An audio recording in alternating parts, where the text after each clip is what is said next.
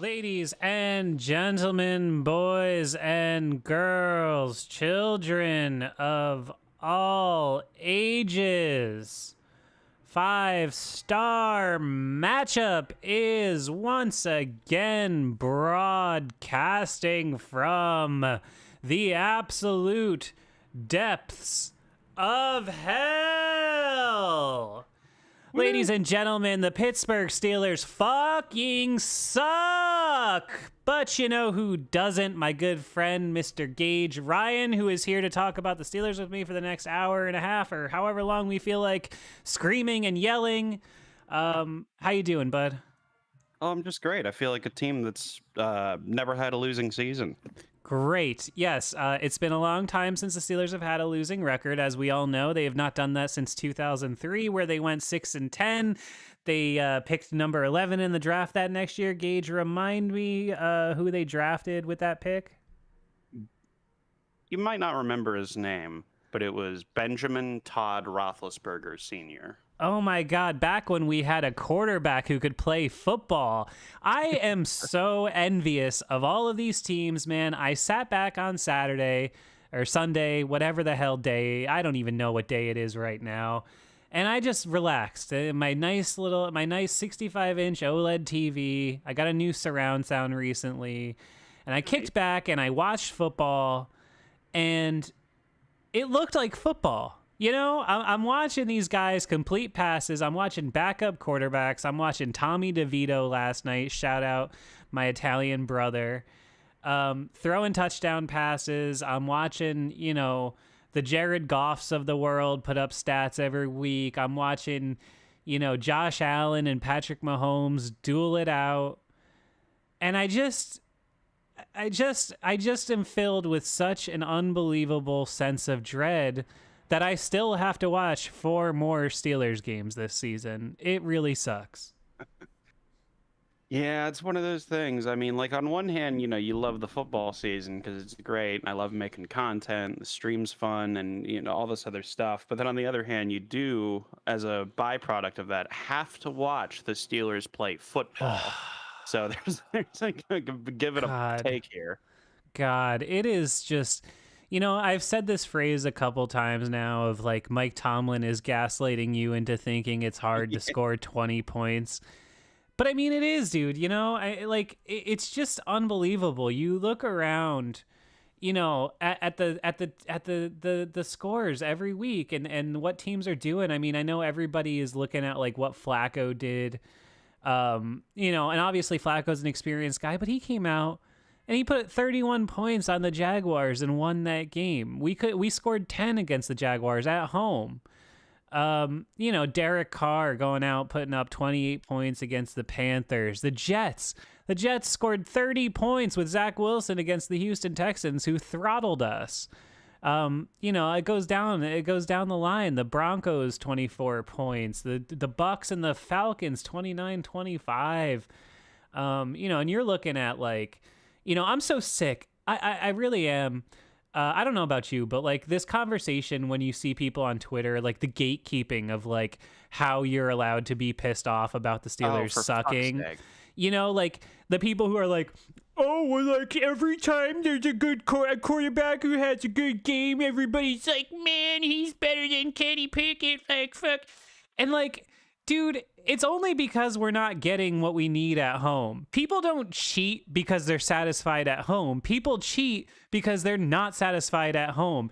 And what we are getting out of the quarterback position for the last 2 years now is just not acceptable. And there's a reason that we look at, you know, Todd Browning or whatever the fuck his name is with envious eyes, because we are bored out of our minds. And don't tell me I don't care about stats. I just care about winning. Kenny Pickett's thrown 6 fucking touchdown passes this season. 6. Come on. How far are we going to lower the bar? Oh, man. I don't know at this point, because at this point, okay, so before, this is with the Steelers, but I'll use my comment as an example. I've been sitting on this. I hope Frayne puts that in the short this week. That's a lot of fun.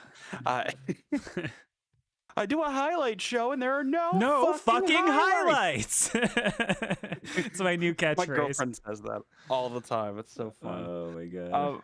but yeah, man, like it's just one of those things where like you wonder how important it is to have a defensively minded head coach if he knows literally nothing about offense.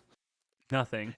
It's so odd, man, because for a while, like I heard basically the whole argument now boils down to the no losing seasons thing. It's basically the only card that a lot of the Tomlin apologists out there have left. And I don't like saying Tomlin apologists, like, yeah, of course you should defend your head coach. He's a great guy. But you have to call it like you see it at this point. I mean, I ran out of patience after the 2020 wildcard game. That was the moment that I was like, okay, it might be time finally. Yeah. And it's just frustrating because like this team has so much goddamn talent, but it just seems like that's the only way that we can win is based off of it. Well, that's what's frustrating is like every year it's like, well, it was all well and good until the middle linebacker got hurt or the running back got hurt or Le'Veon Bell didn't play the AFC Championship game. And, like, man, you just look around. The Eagles won a Super Bowl with Nick Foles at quarterback, at the most important position, And, like, I just think at some point, if you rely solely on talent, then I don't think you're doing a good job. And I look at the defensive side of the ball, which is supposed to be the Steelers' strength. And granted, they settled in as the game went on against the Patriots, and they didn't give up anything in the second half. But let's be real, they gave up 3 touchdown passes to Bailey's freaking Zappy in the first half to a team that has scored 13 points total in their last 3. That's not acceptable. I know we're going to rag on how bad the Steelers offense is because we always do, and it is terrible. But to me, that was a game, that Patriots game. I thought the Cardinals game was more on the Steelers offense. To me, the Cardinals game, the Steelers offense needed to come out and they needed to score some points and they needed to win that game. Because the other side was Kyler Murray, and say what you want, but he's a talented player at an important position and he makes a difference. So to me, that was a game you needed to win on offense. They didn't do that. This game was a game that I said, man, you got to come out. You got TJ Watt, you got Alex Highsmith, you got Minkah Fitzpatrick, Cam Hayward. You got to dominate this team on defense, and you got to give up nothing. And they did the exact opposite. And, I'm just tired of hearing the excuses from Mike Tomlin for a guy who says, you can't live in your fears. All I hear every week is, now for the last several years. First, it was Roethlisberger, where he was like, oh, well, we don't have quarterback mobility, so it makes short downs hard or whatever. I don't know. Peyton Manning did pretty good in 3rd and 1s in his career. He didn't really have a whole heck of a lot of mobility. And now all of a sudden it's like the middle linebacker thing where, it's every year. It's every year that position is hurt by this time in the season. And then they end up asking these practice squad guys to do way too much. When is the point where you just decide, okay, we're going to scheme differently? I don't know. And I mean, like the thing is that we have schemed differently, but for worse, in my opinion. Because we went from having a defense that the last couple of years has been more focused on man coverage, and maybe statistically they still are. True. I haven't really. True, they are. Yeah. But like, you can't deny that ever since like Terrell Austin took the reins for the defense, that we've been like heavily a zone coverage team, and I fucking hate it. I think it's. Yeah, I think it's a little bit that I think they've shifted more to man ever since like Hayden came in and they used to be very, very zone heavy back in the Ike Taylor sort of Dick LeBeau days. And they do a little bit of man now. I don't, honestly, I don't have as much of a problem with the secondary as a lot of people do. To me, the problem is that you're just continually asking middle linebackers to do stuff in coverage that, we just don't have. We don't have Fred Warner out there, man. Even when we had our full stock of Quan Alexander and Cole Holcomb, I mean, those guys aren't Ryan Shazier, and we need to stop asking them to do so much. And I mean, it's not. That's a problem, sure. But my biggest problem is the zone coverage thing. It's so goddamn frustrating to watch our defense. Sure, watching our offense is like a visual root canal. That's fine, but we've talked about that a billion times. But like my big qualm is with this team's defense, because while what is it? We've let up like the 6th fewest points, I think, or something like that. We still can't control the ball at all. Like there is like. For one, you and I've talked about it before. Like anytime, like any given week, we feel like there's like a 20% chance that our defense is going to get destroyed. But it's also the fact that like on any given 3rd and 8, 3rd and 10, 3rd and 12, 3rd and 15, I'm not convinced we're going to stop them because it's going to be a 4-man rush. It's probably going to be cover 3 or cover 2 because it's fucking all we call. Mm-hmm. And that there's like a decent chance that some fucking savvy receiver is going to find the hole in our zone and they're going to give up another giant third down. Wash, rinse, repeat over the course of a game. And yeah, maybe we'll get a strip sack from TJ Watt over the course of a game, but we'll also give up 450 fucking yards. Yeah, and you are very right there. I mean, that is the thing, right? It does feel so often like, it's these guys like the Amari Coopers of the world who are just, these smart receivers who are finding, like you say, these holes in the zones and things like that. And just making savvy plays at savvy times. Those are the guys that scare me way more than like, the uber talented, super, whatever kind of guys. It's those guys like I said, those Amari Coopers and the DeAndre Hopkins of the world, even though, Porter did a good job against him this year. He's a little washed, I think. But it is. It's those things that continually get that stuff done in the big moments. And the Steelers defense to me, it's hard. First of all, by the way, hit that like button. I see a lot more people watching than have hit that button. So do that right now. Hit that like button. These are tough times with the Pittsburgh Steelers sucking. So, holy smokes. Am I the only person that's liked the video so far? I mean, come on. Be ashamed of yourself. Come on, folks. I know, I just have to clear this one thing up. We've gone through this now for 5 years. Clicking like on my videos does not mean you're co-signing that the Steelers are bad. No. Like I feel like there's this like mental block with people where they don't want to. You're just helping the channel. Like that's all it is. Hit the like button, even if you don't watch the video. Like just hit the like button, okay, guys? Like it's not a big thing to do. And you're not approving Mike Tomlin's shitty coaching job. But you're also wondering, like, what exactly is their thought process with that kind of stuff? Because I feel like people have the same kind of generic way of thinking when it comes to, like, my Let's Watch Pittsburgh series, where they're like, if we like this, then that means that we're not, like... No, it's exact. I mean, listen, as I've done this now and built this thing for 5 years, shout out, we crossed 17,000 subscribers today. Cheers to you, my man. Cheers to Frayne. Cheers to Steel Flyers, all the whole gang. Not to take a minute here to just... talk about the gang and the team, but I'm really just proud of what we're doing this year and all of these years. But this year I feel like has been a tremendous step forward, don't you? Oh my goodness. I mean, the channel's been growing faster than it ever has. Mm-hmm. And I mean, like, what did you say? Like in the first 2 months or so, we had already like blown past all of our previous seasons. Yeah. Not to brag about our stuff going on here, but I'm so proud of Frayne. I'm so proud of Steel Flyers and you. And I love what we got going on right now. And I'm so excited for the future. No, me too. But yeah, I think, the defense, I feel like there's this tendency with Steelers fans to give the defense a pass because we tend to have superstars on that side of the ball, and we always come from the mindset of being like a defense first franchise. But this year I haven't really found the defense to be particularly great really at anything. I mean, statistically they're solid at points per game, but as I've said and pointed out before, what's the impetus for teams to take a lot of risks? I mean, the only thing we do is turn it over. We're not good at scoring. So most teams come in and they say, well, if we get 20 points, we probably have a pretty good chance to win. And 6 out of the 13 teams we've played have done that. So, I don't know. And then if you're above 25, 24, 25, 26 in any rankings defensively, to me, when you got players like TJ Watt and Cam Hayward and Minkah Fitzpatrick, I don't think that's cutting the mustard for me. No, and I mean, like, it all stems back to why do we just sit back and let everybody complete everything in front of us? We kind of had something similar going on before we picked up Minkah Fitzpatrick. Like, I know a lot of people remember the 2019 Steeler defense for being borderline legendary, and it was.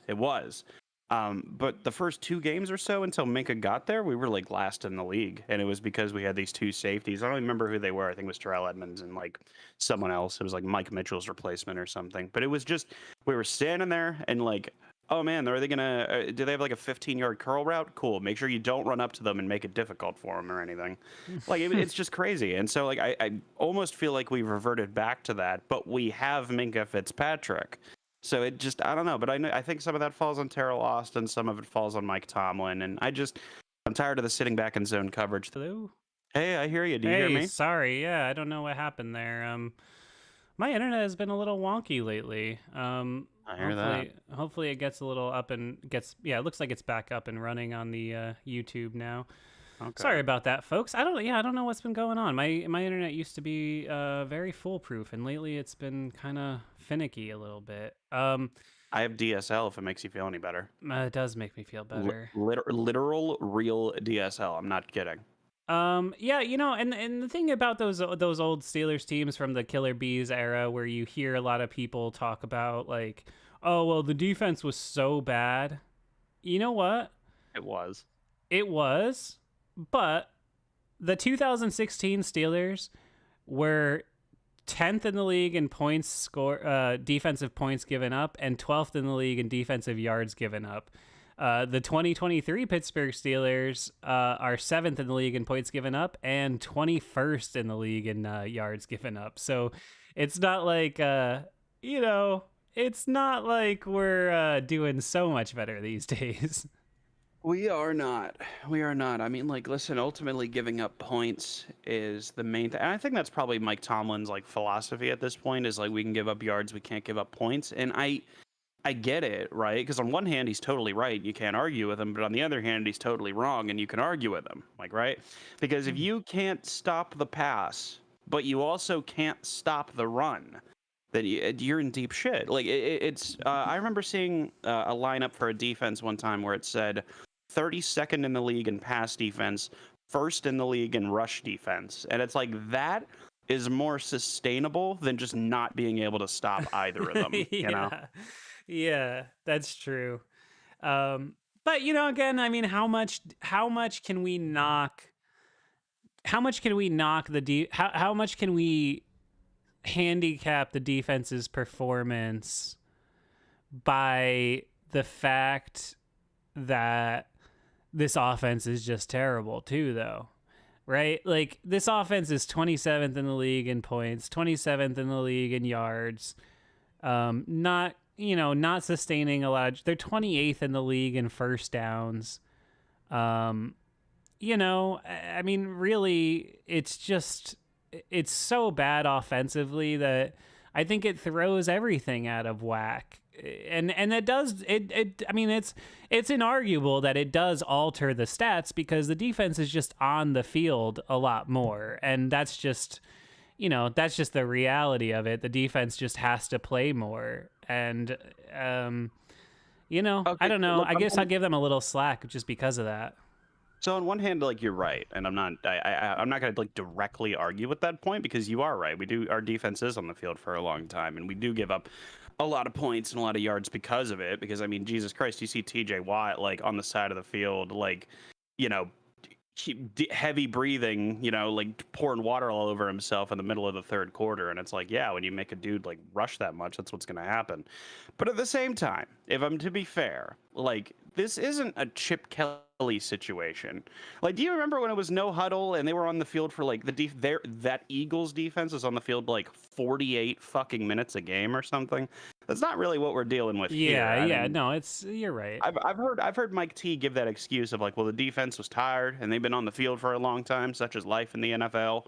And then you look it up and they were on the field for like 32 minutes a game. And it's like, okay, you'll lose the time of possession battle sometimes. You can't just expect to have your defense like you have to be able to be on the field for a little extra time sometimes. And it just feels like once we hit that 30-minute mark, our defense is like, oh my God, the game's still going on. Like, yes, guys, the game's still going on. Like, that's true. That's true. But I do, yeah, I mean, I don't know, to play devil's advocate, like I do think that there's a little bit of like, there is a cumulative effect, I think, of, feeling like, you can't get it done on the other side of the ball. And I just, Yeah.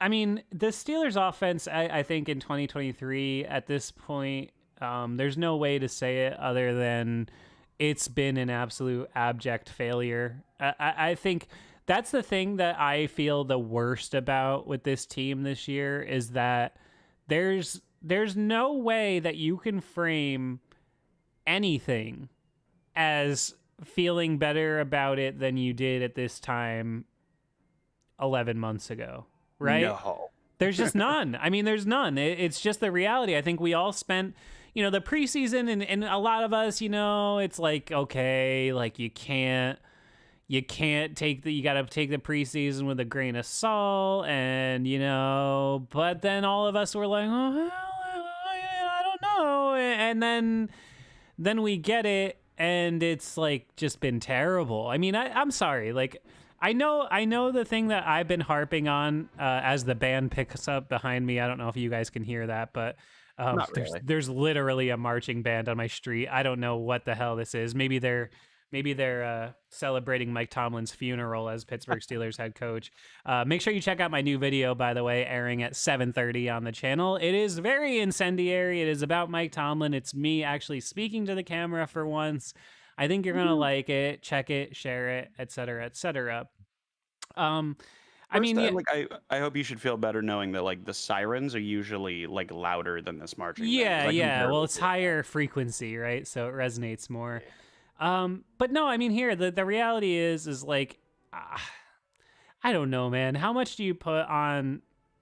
I felt okay. So there's three or four culprits we always talk about with this offense and with the Kenny Pickett situation, right? Where it's like, okay, well, first we blame the offensive line. Then it's like, okay, well, Matt Canada's really bad. And then it's like, there's some people who are like, well, Kenny Pickett's just not very good. And then it's like, well, Mike Tomlin's philosophy on offense, blah, blah, blah, blah, blah, whatever. However you want to sum it up, right? How do you differentiate the blame for that? Because to me, I started blaming all those other things, but then I kind of look at in the totality of this season and say, I think the offensive line has been fine enough. It's not a great offensive line, but look what that kid is doing with the Giants, man. That's a third string quarterback, 7th round pick, 5th round pick, whatever the hell he was. Their offensive line is terrible, and he's dropping dimes. Okay. So I don't see the offensive line as being that much of a limiter. It's not some all-time terrible offensive line. Matt Canada, yes, I think was a terrible offensive coordinator.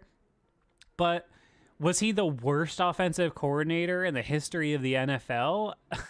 I don't know. That seems kind of hard to imagine. Maybe it's the case. But I don't know. I kind of just feel like my thought process has shifted now to kind of worrying about Kenny Pickett. And I don't know, man. The sample size has gotten pretty large, and I don't know. I don't think he's it. I mean, I understand.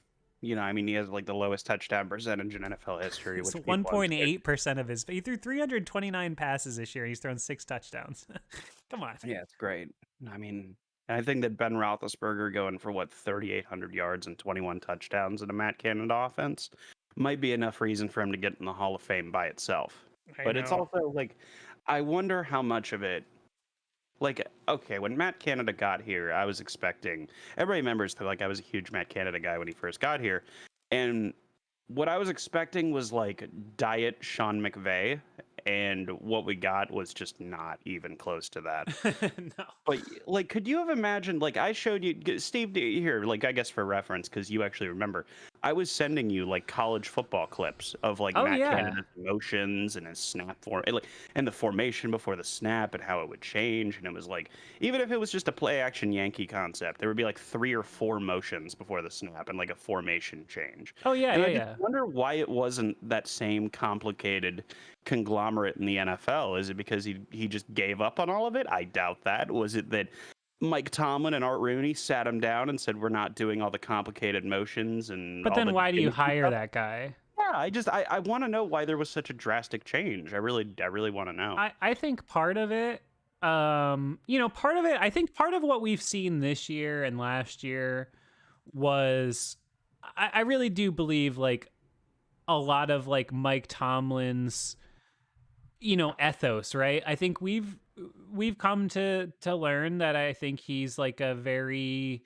conservative point of view kind of guy, and I think his perspective is we just need to like limit turnovers, and we know this because of the way he's spoken at times this year, where But he also punts more than any other coach. Like, he that's does. the thing. He's always like, no turnovers, no turnover. But he has like a sexual fetish for punting. Well, because the offense stinks. To him, any possession that doesn't end in a turnover is positive, and we know that, like, even based on what he said throughout the year, where he said some things.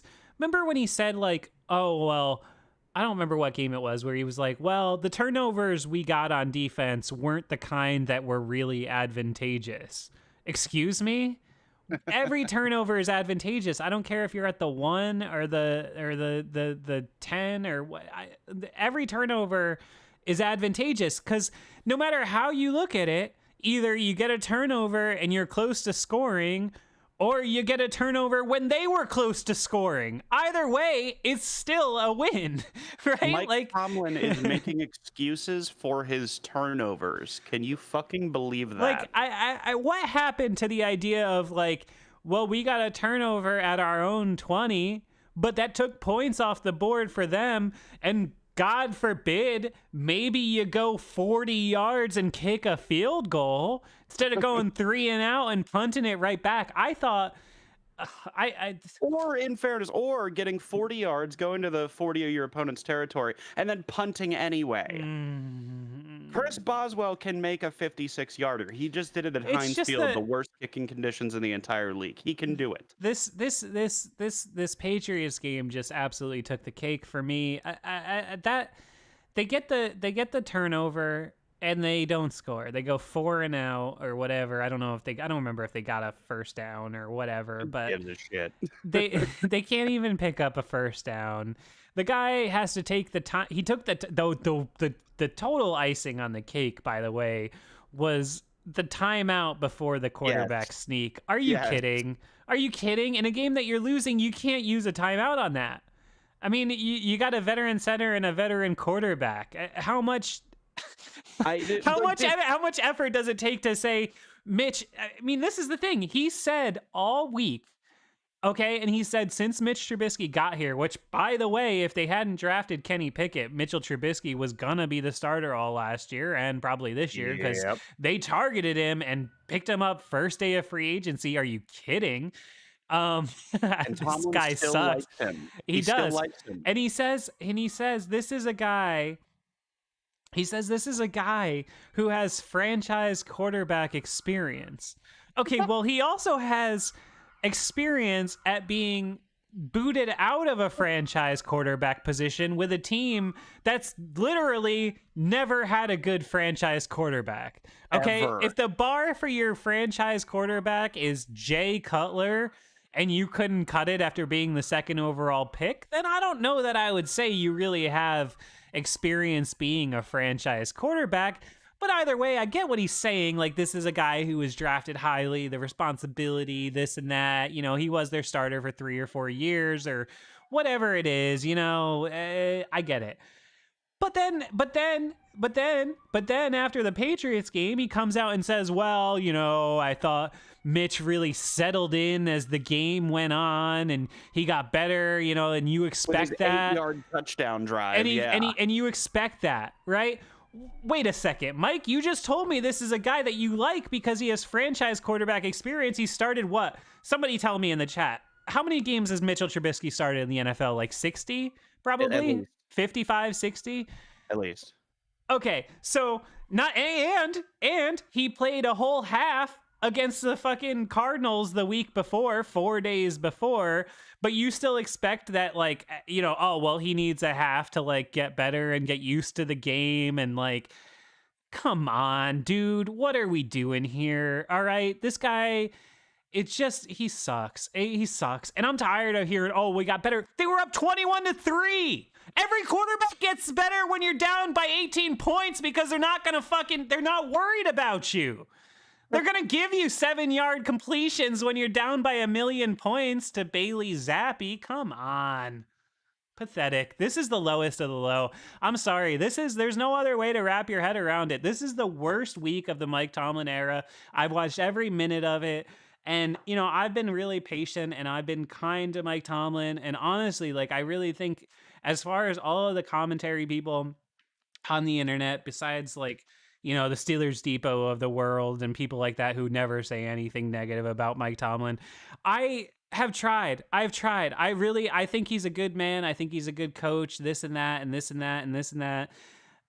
It's just not good enough. It's time for something different. I'm tired of this. I'm tired of fighting about the same stuff every single week.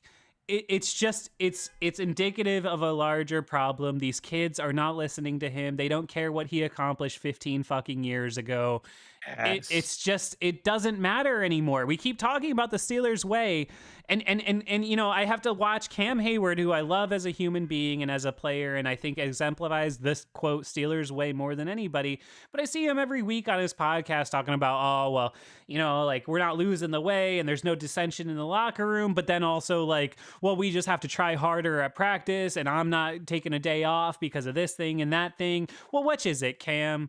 Is it that the guys aren't responding to the Steelers way, or is it that the Steelers way is there and it's just not working anymore? Because I'm just tired of it, man. It's the same shit every week. This team, to me, hasn't gotten any better since 2018, and it feels like we're dragging our feet through the mud. I'm just tired of it. It's the Mike Tomlin way, because nine wins will be enough forever and ever and ever. But listen, we have to watch Cam Hayward never get a fucking ring in his career. You know that he's going to retire before we can make any kind of playoff run. And I hate to say that because I love the guy, but it's true. Is TJ Watt ever even going to win a fucking playoff game in his career? I don't know. I mean, TJ Watt could literally be the best player in NFL history at this point who has never won even a single playoff game. That's insane to think about. You're probably right. Right now, I think it stands. You're probably right. It's insane to Joe think Thomas, about. Maybe, but Yeah. I don't know. Yeah, I don't know. That guy. Yeah, I agree. Fuck that guy. But it's also that we run into the same goddamn problems. Do you remember a couple years ago when Joe Schobert was talking about how the Steelers don't take practice seriously? Yeah. Or when Chase Claypool was saying the Steelers don't take practice seriously? Or when Vince Williams was saying the Steelers don't take practice seriously? Why do we do the same thing and expect that's not a good culture. That's insanity, as Tree would say. We do the same thing, get the same results, and Mike Tomlin's like, no, we're just going to keep running into that brick wall. We're not going to walk around the brick wall or throw a rope over top of it. We're going to run forward into said brick wall. We're going to smile in the face of adversity, run into that brick wall and hope it breaks. Just, I don't know, man. We do the same thing all the fucking time. It's very frustrating. You watch other offenses where it's crazy. They do this thing called adjusting when things don't work. I know that I know that it's crazy for a coach like Coach T, who's like, nope, we do the same thing for 4 quarters. Like Doug Peterson made him look like a fool this past year, where it was like, hey, we're going to go into cover 2 defense. And that's it. And there was just nothing that they could do about it. Like, they never got out of phase 1, so to speak. Like, I don't know. Like, I'm tired of being called a hater on Twitter by all the people that say that, like, I should be grateful he's never had a losing season. I don't give a shit. I don't give a shit. For one, 8-8 is a losing season, and I'll die on that hill. But it's also that, what has it accomplished for us? Our one dusty-ass Super Bowl from 15 years ago? Like, what have we done since then? We got absolutely shafted by Aaron Rodgers in the Super Bowl.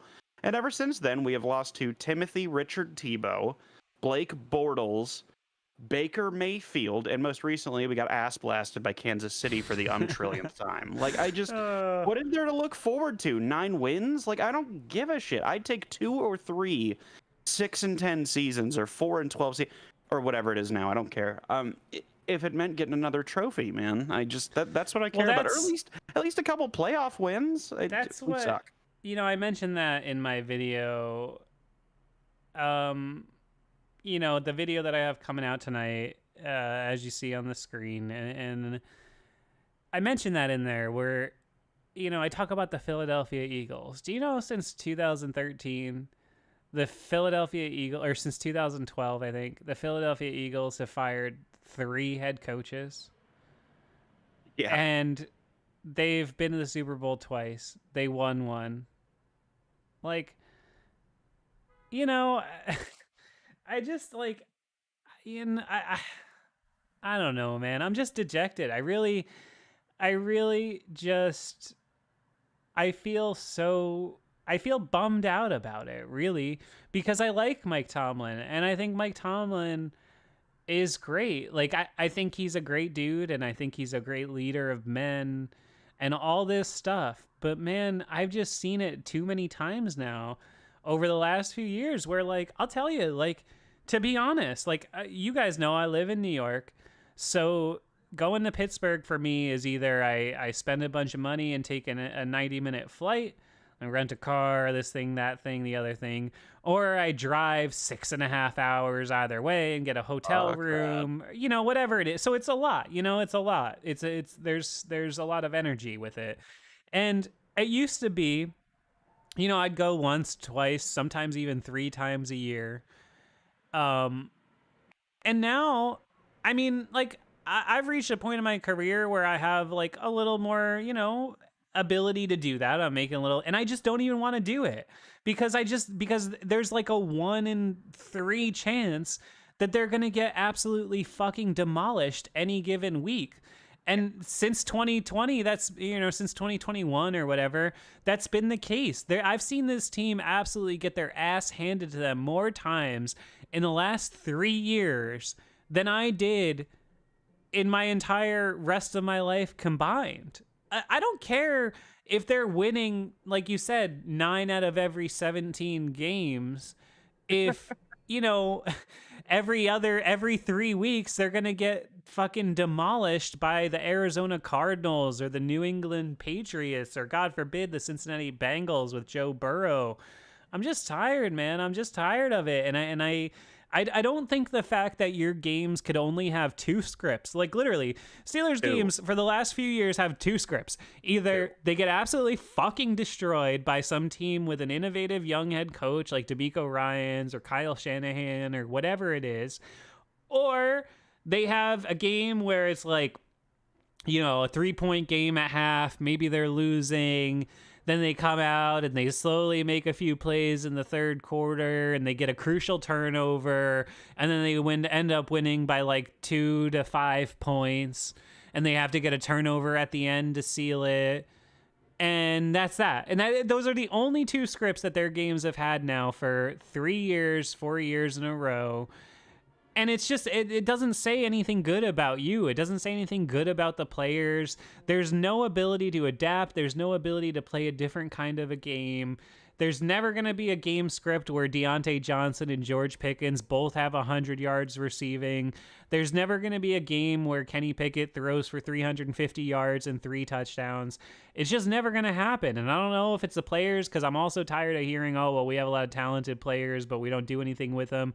I don't even know how talented the players are because all I hear is the wide receivers, you know, bitching that they're not getting the ball enough. Can we talk about the wide receivers for a bit, please? All right. I'm tired of this. I'm tired of it, and I've been tired of it since the Antonio Brown era. Okay, I'm going to maintain an ounce of composure here, but I just feel like if you're a player on a team, like, okay. We're absolutely spitting heat on this episode of 5-Star Radio. I think this has been a great episode so far. Yes. I think that you guys should definitely leave a like.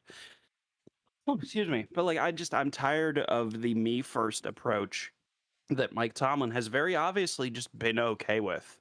Yeah. Like whenever what did Mike Tomlin do when Antonio Brown broadcasted him saying all those bad things about Belichick and the Patriots, you know, a number of years ago? He didn't do shit. Like, oh, well, I talked to him behind this. I don't give a shit. After you talked to him or whatever the fuck, you know, your cheerleader ass did, he then went on and threw furniture out of his balcony and, you know, had horrible allegations come out against it. Fuck off. But it's also, man, like, there's no accountability. There's no discipline. You know, George Pickens being an asshole and giving half effort on a lot of plays, and then Mike Tomlin gets asked about it, and his response is, "Well, there's no real solution to it." How about you get him the ball, Mike? Like, yeah. Oh my God! It's the fact that there's no changes. Like if there was this like this ability to learn from his mistakes, I don't think we as Steeler fans would be nearly as frustrated because he does have a good win-loss record, and going 9-8 or going 8-8 isn't necessarily indicative of a bad year per se. There are times where we would have that record, under Cowher, under Tomlin or whatever, that I really thought that we were finding our way towards the end of the season, and that's ultimately what it's about. But it's the fact that the same people beat us the same ways, and the same people make the same. No, I'm sorry. Even with coaching changes, we make the same mistakes. And it's Right. just that there's no ability to change, and there's no accountability. And then you have players like Deontay Johnson being assholes in interviews. And yes, I'll call him out directly, and I don't really give a shit. I hope he sees it. Where he's talking to the fans and being like, if you guys are so good, come play for. Shut up. Oh my God. Yeah. Like, it's so bad to hear, and it's so embarrassing to hear from. Like, if that was like another head coach, he'd be fucking like suspended for saying dumb shit like you're that. so right. Deontay Johnson specifically, I'm just done with that conversation. I hope they trade him. I have stood up for him in every way, shape, and form possible. But I'm sorry that the celebrating the touchdown against the Cardinals was just awful. It was the kind of thing that I used to see Cleveland Browns do when Ben was destroying them by 20 points. And it was this real role reversal of like, I don't identify with this team anymore. I don't identify with who these people are, because my team used to be the team that was up by 15 while the jabroni wide receiver was celebrating a touchdown to make it a 2-score game. And now, it's now it's our guys doing that. And it's our guys, it's the Deontay Johnsons of the world with these entitled responses where it's like, well, wait a second, Deontay Johnson, what have you ever done in the NFL? Ever. I remember you fumbling the ball in the playoffs. I don't care if it was a blowout or not. I remember him fumbling the ball against the Chiefs when no one was even touched him. Okay, so like, who are you? What have you done in this league? All right, and I see the chat. This chat is people are talking. I see John in the chat said, "Why are we putting this on Tomlin? They scheme to take Pickens out of the game." Okay, they scheme to take Pickens out of the game. I feel like we made a pretty clear, concise reasons why. Okay, you know what? Played Tomlin. I hear this. They scheme to take Pickens out of the game.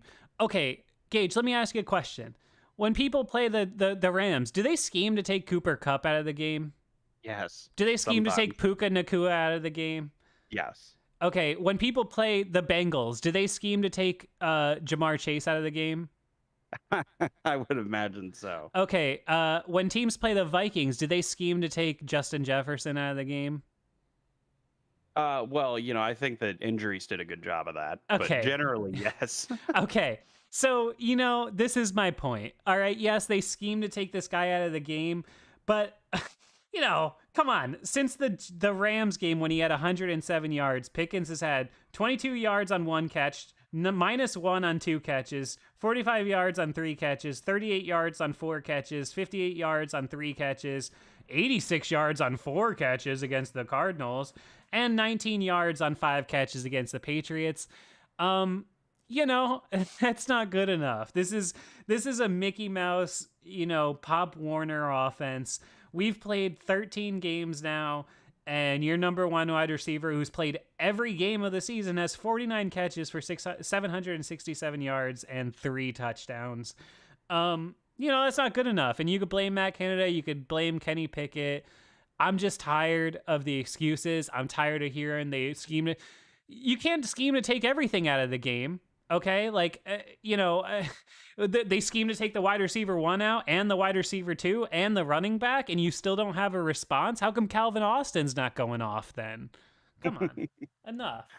Oh, and this doesn't just trace back to the last year or two, though. I mean, this is a problem that's been persistent for a while. I mean, so I remember a certain commentator, I don't remember who it was, but saying like, "Oh yeah, Le'Veon Bell went down, and that's why our offense stopped working." And it's like, I feel like our offense should be able to work without our running back. You do have Ben Roethlisberger, Martavis Bryant, and Antonio Brown.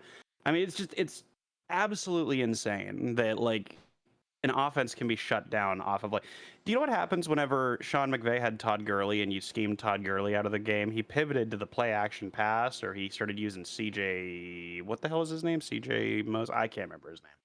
But he pivoted to other things, or oh, okay, well, you're taking away my run, I go to the pass, or you're taking away the deep pass, I go to the short game. Like there's ways to pivot and bounce around, and by the time that Mike T would pivot, if he did it all, we would have already been like 4 more punts into the game, and we would have probably been down by 10 to 14 points already.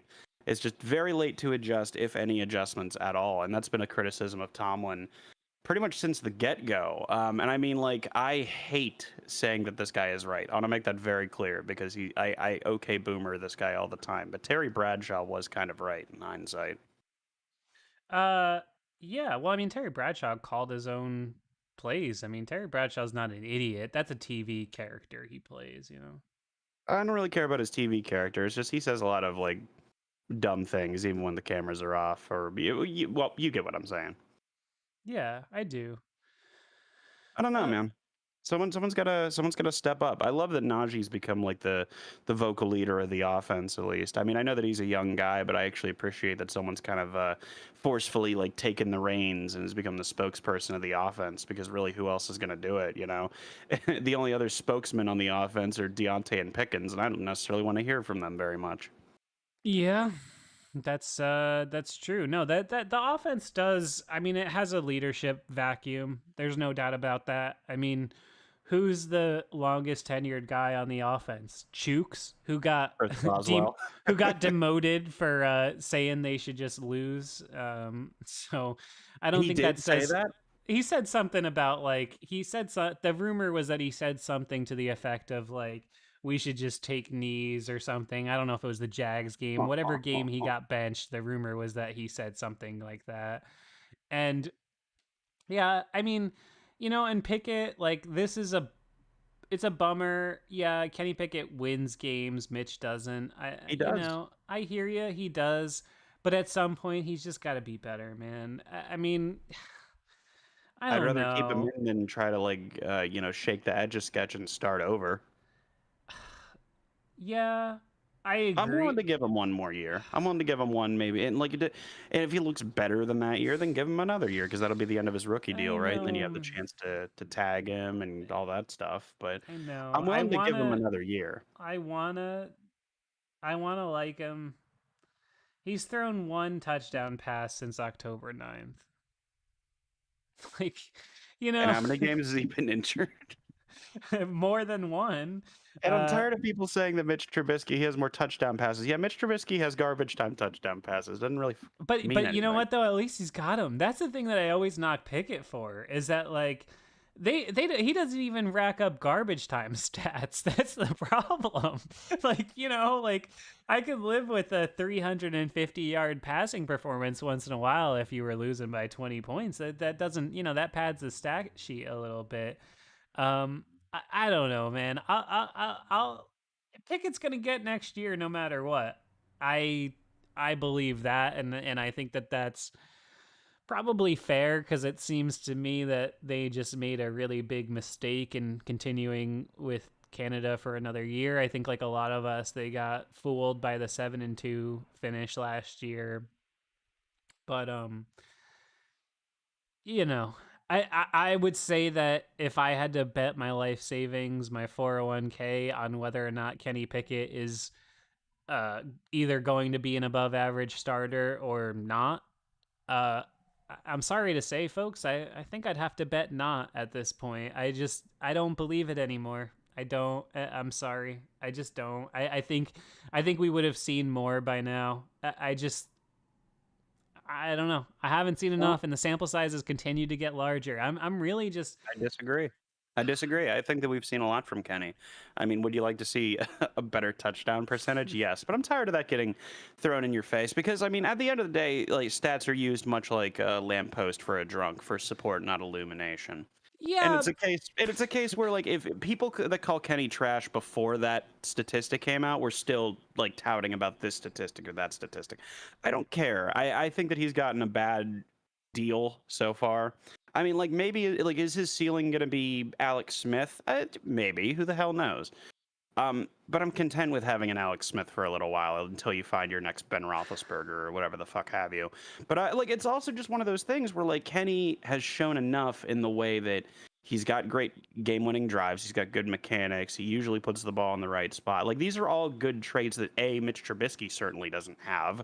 But it's also that is it worth to give up on that complete? I know you just said you're going to give him another year too, but what I'm saying is that, like, is it worth to, for anybody out there that wants to like cut him or whatever the hell, is it worth to give up on that for all of the good traits that you irrefutably have seen? Wouldn't you rather Yeah, take another year, work on those good traits, maybe get him to a point where he is a solid NFL starter, where he has 16 games with maybe a decent offensive coordinator that actually knows what the hell they're doing, and it's not Canada.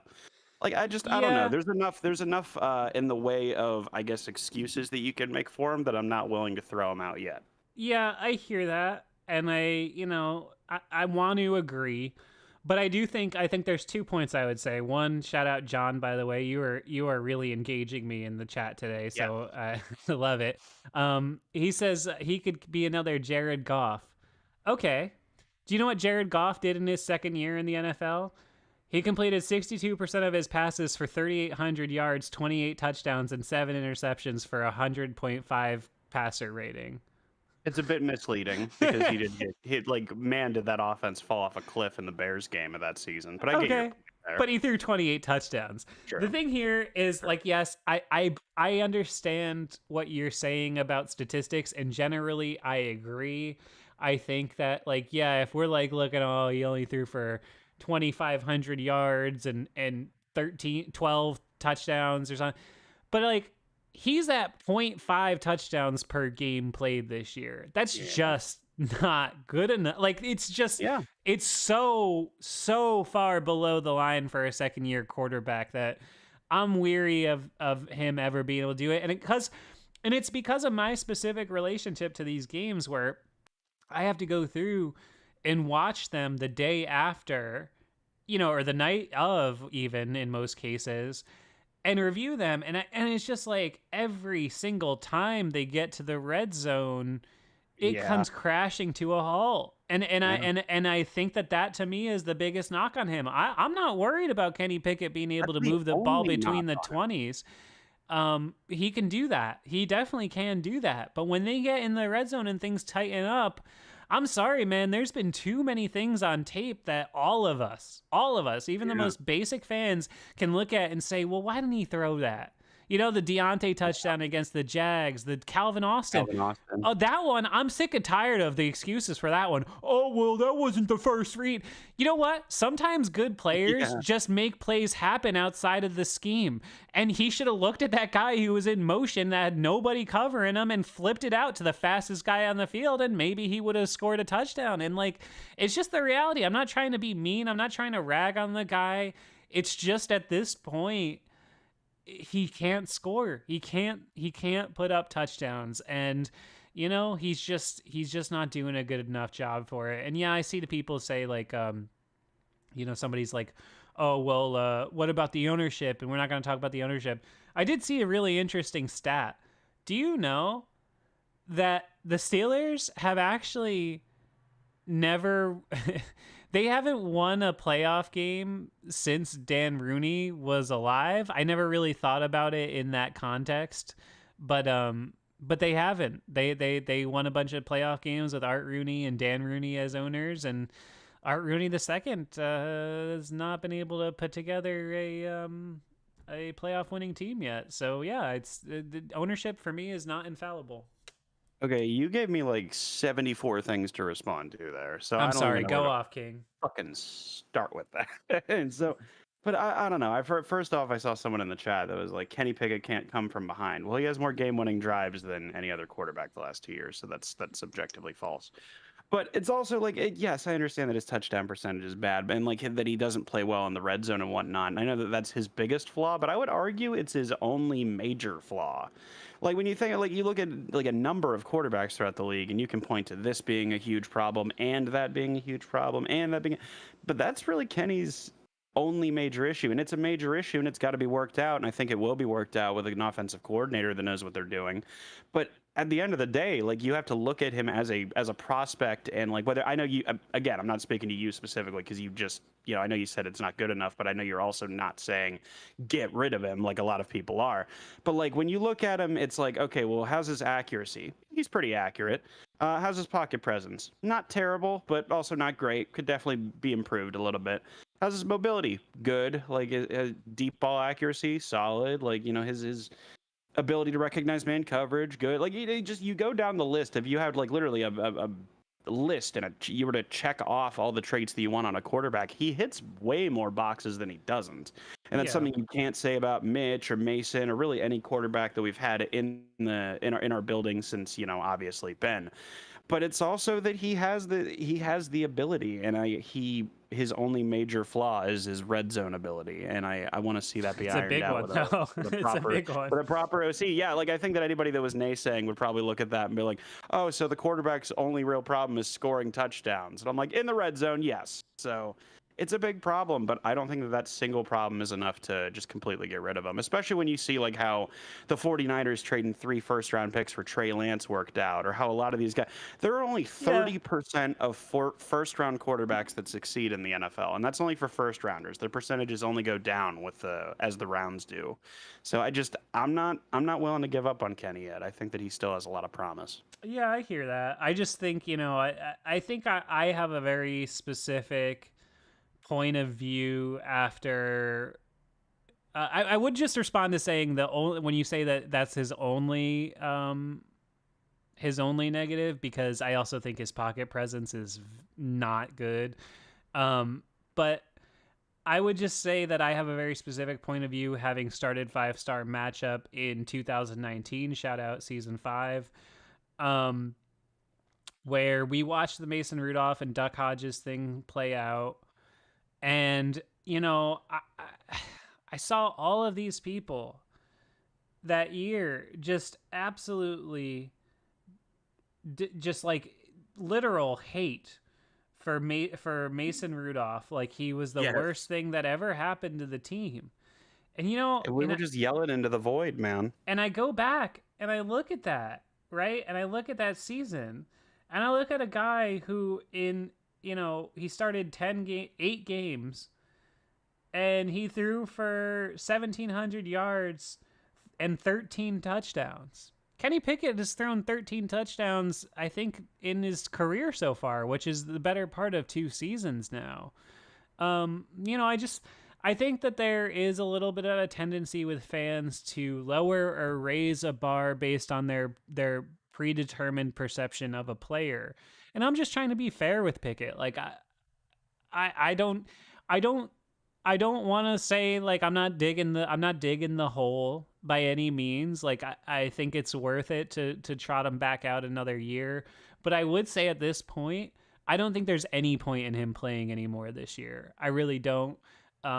You got to see how this week plays out, because I think this week is really going to set the tone for the rest of the season. If they come out and respond and get a win, I think that maybe they can still pull out a playoff spot. But if they come out and lose to the Colts, who have a better offense than the Steelers do with Gardner Minshew, once again, proof that you can actually have a competent offense with a backup quarterback. Yeah.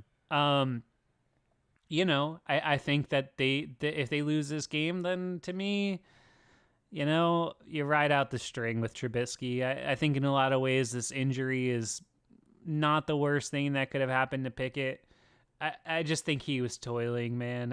I think, I'll give him some slack and say that this coordinator stuff, all this hasn't helped. But the Steelers just... That's a way of putting it. They frankly have just not done a good job for him. I don't know how much you can put on him and how much you can put on the organization, but for an organization that prides itself almost solely on stability, they've not done a good job for bringing along their first new franchise quarterback in 20 years. They've not done a good job. Just point blank, they have not. It's just a fact. No, you're 100% right. And I remember it was a video from back in not back in the day. It was like 5 years ago, but it was when Mike McCarthy was still in Green Bay. And I think Mike McCarthy and Mike Tomlin, there are a lot more comparisons you can draw than Steeler fans will want to admit. Oh, actually, you could argue Mike McCarthy's better, but I'm not here to make that argument today. Would you rather But be the Cowboys or the Steelers right now? that's a good question because I don't think the Cowboys are ever getting near a conference champion. Well, not near, but like they're not going to make it to the At conference least they score championship game. touchdowns, bro. They score touchdowns, but It's I mean, watchable football. At least this well, is just... you know, we get blown out in the wild card round. The Cowboys get blown out in the divisional round. So I'll at make the end that of the trade day, 100 times out of 100, bro.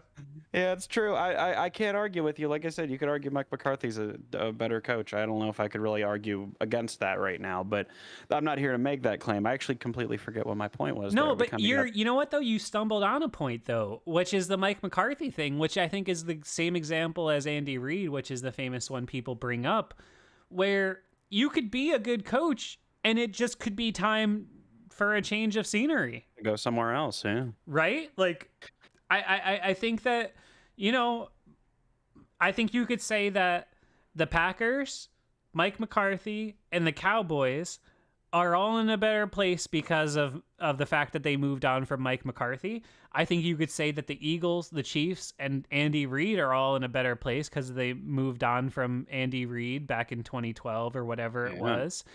And, you know, yes, that does lead to uncertainty, and it does lead to somebody else taking your coach on, and it does lead to things you don't know. But also, there's excitement in the unknown.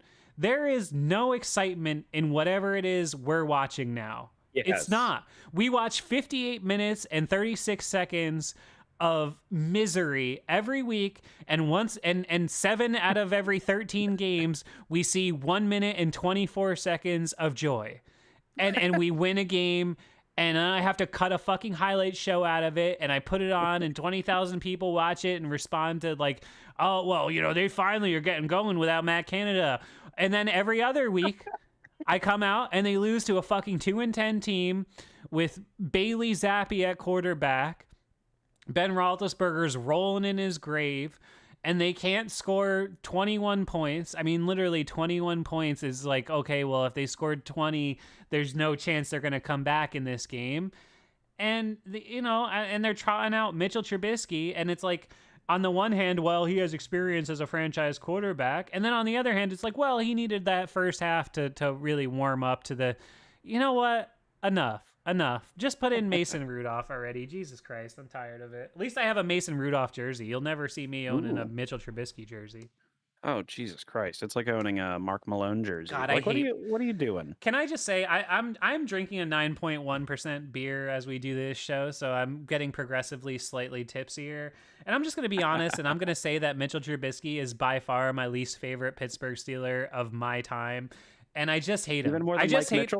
Mitchell? Yes, he's surpassed Mike Mitchell. Wow. Because at least Mike Mitchell won playoff games.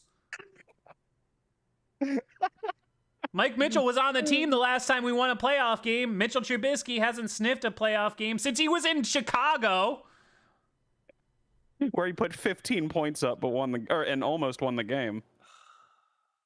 15 points, isn't that great? What is happening? I'm so tired of this. I'm just so tired of this. It's the same thing, dude. We get on here and we argue with people every week about the same shit. It's the same thing. I am dying for something different. I don't care if Mike Tomlin goes to the Washington Commanders, goes 15-1 and wins a Super Bowl. You know what? I would root for him. I like him as a human being. I am just tired of the same thing. I'm tired of it. It's boring. It sucks. And I can't take it anymore. I'm over it. 7:30. It's about to launch. Go watch my video. Come back. I just can't handle it anymore. I'm done. I'm tired, man. I'm tired of it. We're in a very toxic relationship with our current head coach. And I mean, it's not that we don't love him as a human being, because like I've said this before, and I think people might just like bypass it because they think I'm being hyperbolic. I'd vote for Mike Tomlin if he were president. Like if he ran for president. I'm not kidding. Just go be on TV. Just retire. Go be on TV like Bill Cowher. He'd be phenomenal on TV. He would be. He would be the freaking best color. He would be the best analyst in the business immediately. No exaggeration. It wouldn't even take him a season and he would already be like the best in the game. I would love for his Tomlinisms to make his way to the booth. I mean, that would be great. He would never do this. I feel like we need to clarify that. There's never a chance in a million years Mike Tomlin would do this. But it would be fun to see just him like start talking about like, well, you know, we don't want to urinate on the fire while they're in the booth. You're like, what the hell, Mike? But that's why we love him, because he talks in these weird little like I'm trying to think, like, I don't know. He's like a funny, similes, yeah. he's a funny Socrates. I don't know. No, listen, and that's all of this is to say, like, I like Mike Tomlin, but I am sick and tired of seeing him get ass blasted by Bill Belichick every single time they play him. Like, Can we talk about that just a bit? I mean, nothing has been more apparent. Like, no one has. I don't think any like Hall of Fame head coach. Maybe somebody can find an example, but I don't think there's ever been any Hall of Fame coach that has ever owned another Hall of Fame coach like Bill Belichick owns Mike Tomlin. I think the only time he's beaten him in the last 10 games they've played was that Joe Hayden interception game in 2018, which, by the way, if you didn't know, spoiler alert, is why I started 5-star matchup in the first place, because I remember watching that game. I had to fly to England the very next day. That was right before Christmas in 2018. I downloaded the game. I torrented. Fuck you, NFL. I don't care. You take all my ad revenue. I'll be honest. I torrented that game after it aired, and I put it on my iPhone or whatever at that time because I wanted to watch it back while I flew to fucking England. And I did, and I was so proud, and that was awesome. And honestly, truthfully, I think that was like the last time outside of that like first 8 games when Ben came back in 2020 where I was like truly, seriously proud about the Pittsburgh Steelers and thought they were moving in the right direction. And ever since then, it's just, I started this show and you guys listen to me now talk about them, and I'm so thankful and so proud of that. But god damn it, dude. I don't know what they're doing. I don't know what they're building. I don't know where this is heading. And frankly, I just don't have a lot of hope right now. I really don't. I'm just being honest. Do you want do you want a Tomlinism for what we're doing? We're not building anything. We're maintaining. Yeah. And that's really what it boils down to. I think that doesn't it feel, Steve, like we as a team, just the Steelers as a team, our offense is already like just kind of done and garbage and has been garbage since Ben has been gone. And so you kind of just expect it to be garbage unless we like pick up a Sean McVay clone or something like that, which we tried with Matt Canada, in fairness. But doesn't it just feel like we as an organization are just waiting for the other shoe to drop? It does. Like it feels like we're a team that's like about to run, like we're a car on the like with a single road with there's nothing around, and we're like about to run out of gas. It just I mean, that's like, you'll see it when you watch this video I put out, but it just feels like it's time. Like I feel like this season we felt it shift. 1980s.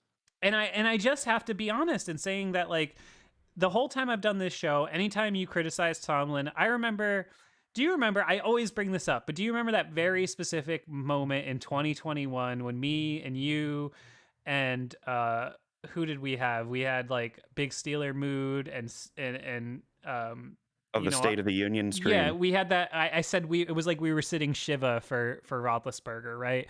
Where it was that Bengals game where he threw the ball 60 times for 180 yards, and we kind of, 13 points. Yeah, and points. we all just were like, man, this sucks. And we all kind of just commiserated about losing our hero, right? And that moment sticks in my mind so heavily. And, you know, there were a lot of times before then where like older members of the audience, you know, would be like, well, Tomlin sucks. And younger people, 30s, younger, would always be like, no, he's a good coach and blah, blah, and this thing and that thing. And I think he got a lot of credit, rightfully so. I still believe that the Tomlin's best job in his career was actually the 2019 season. I'll give him a lot of credit. And I'll say the fact that team fought to 8-8, you know, it sucked that they lost the last 3. They should have been 9-7, 10-6. But still, you know, I give him a lot of credit for keeping the train on the tracks that season. And I think that gave him a lot of, like, you know, goodwill and whatever. But man, it's just starting to feel like it's that time. It just feels like I don't want another off season under this direction. I look around at, Mike McDaniel, and I look around at all these other teams that just, even John Harbaugh. Okay, you want to get uncomfortable and talk about the Baltimore Ravens? John Harbaugh has reinvented himself now how many times? The Ravens, say whatever you want about the Ratbirds and laugh at, Lamar Jackson all you want.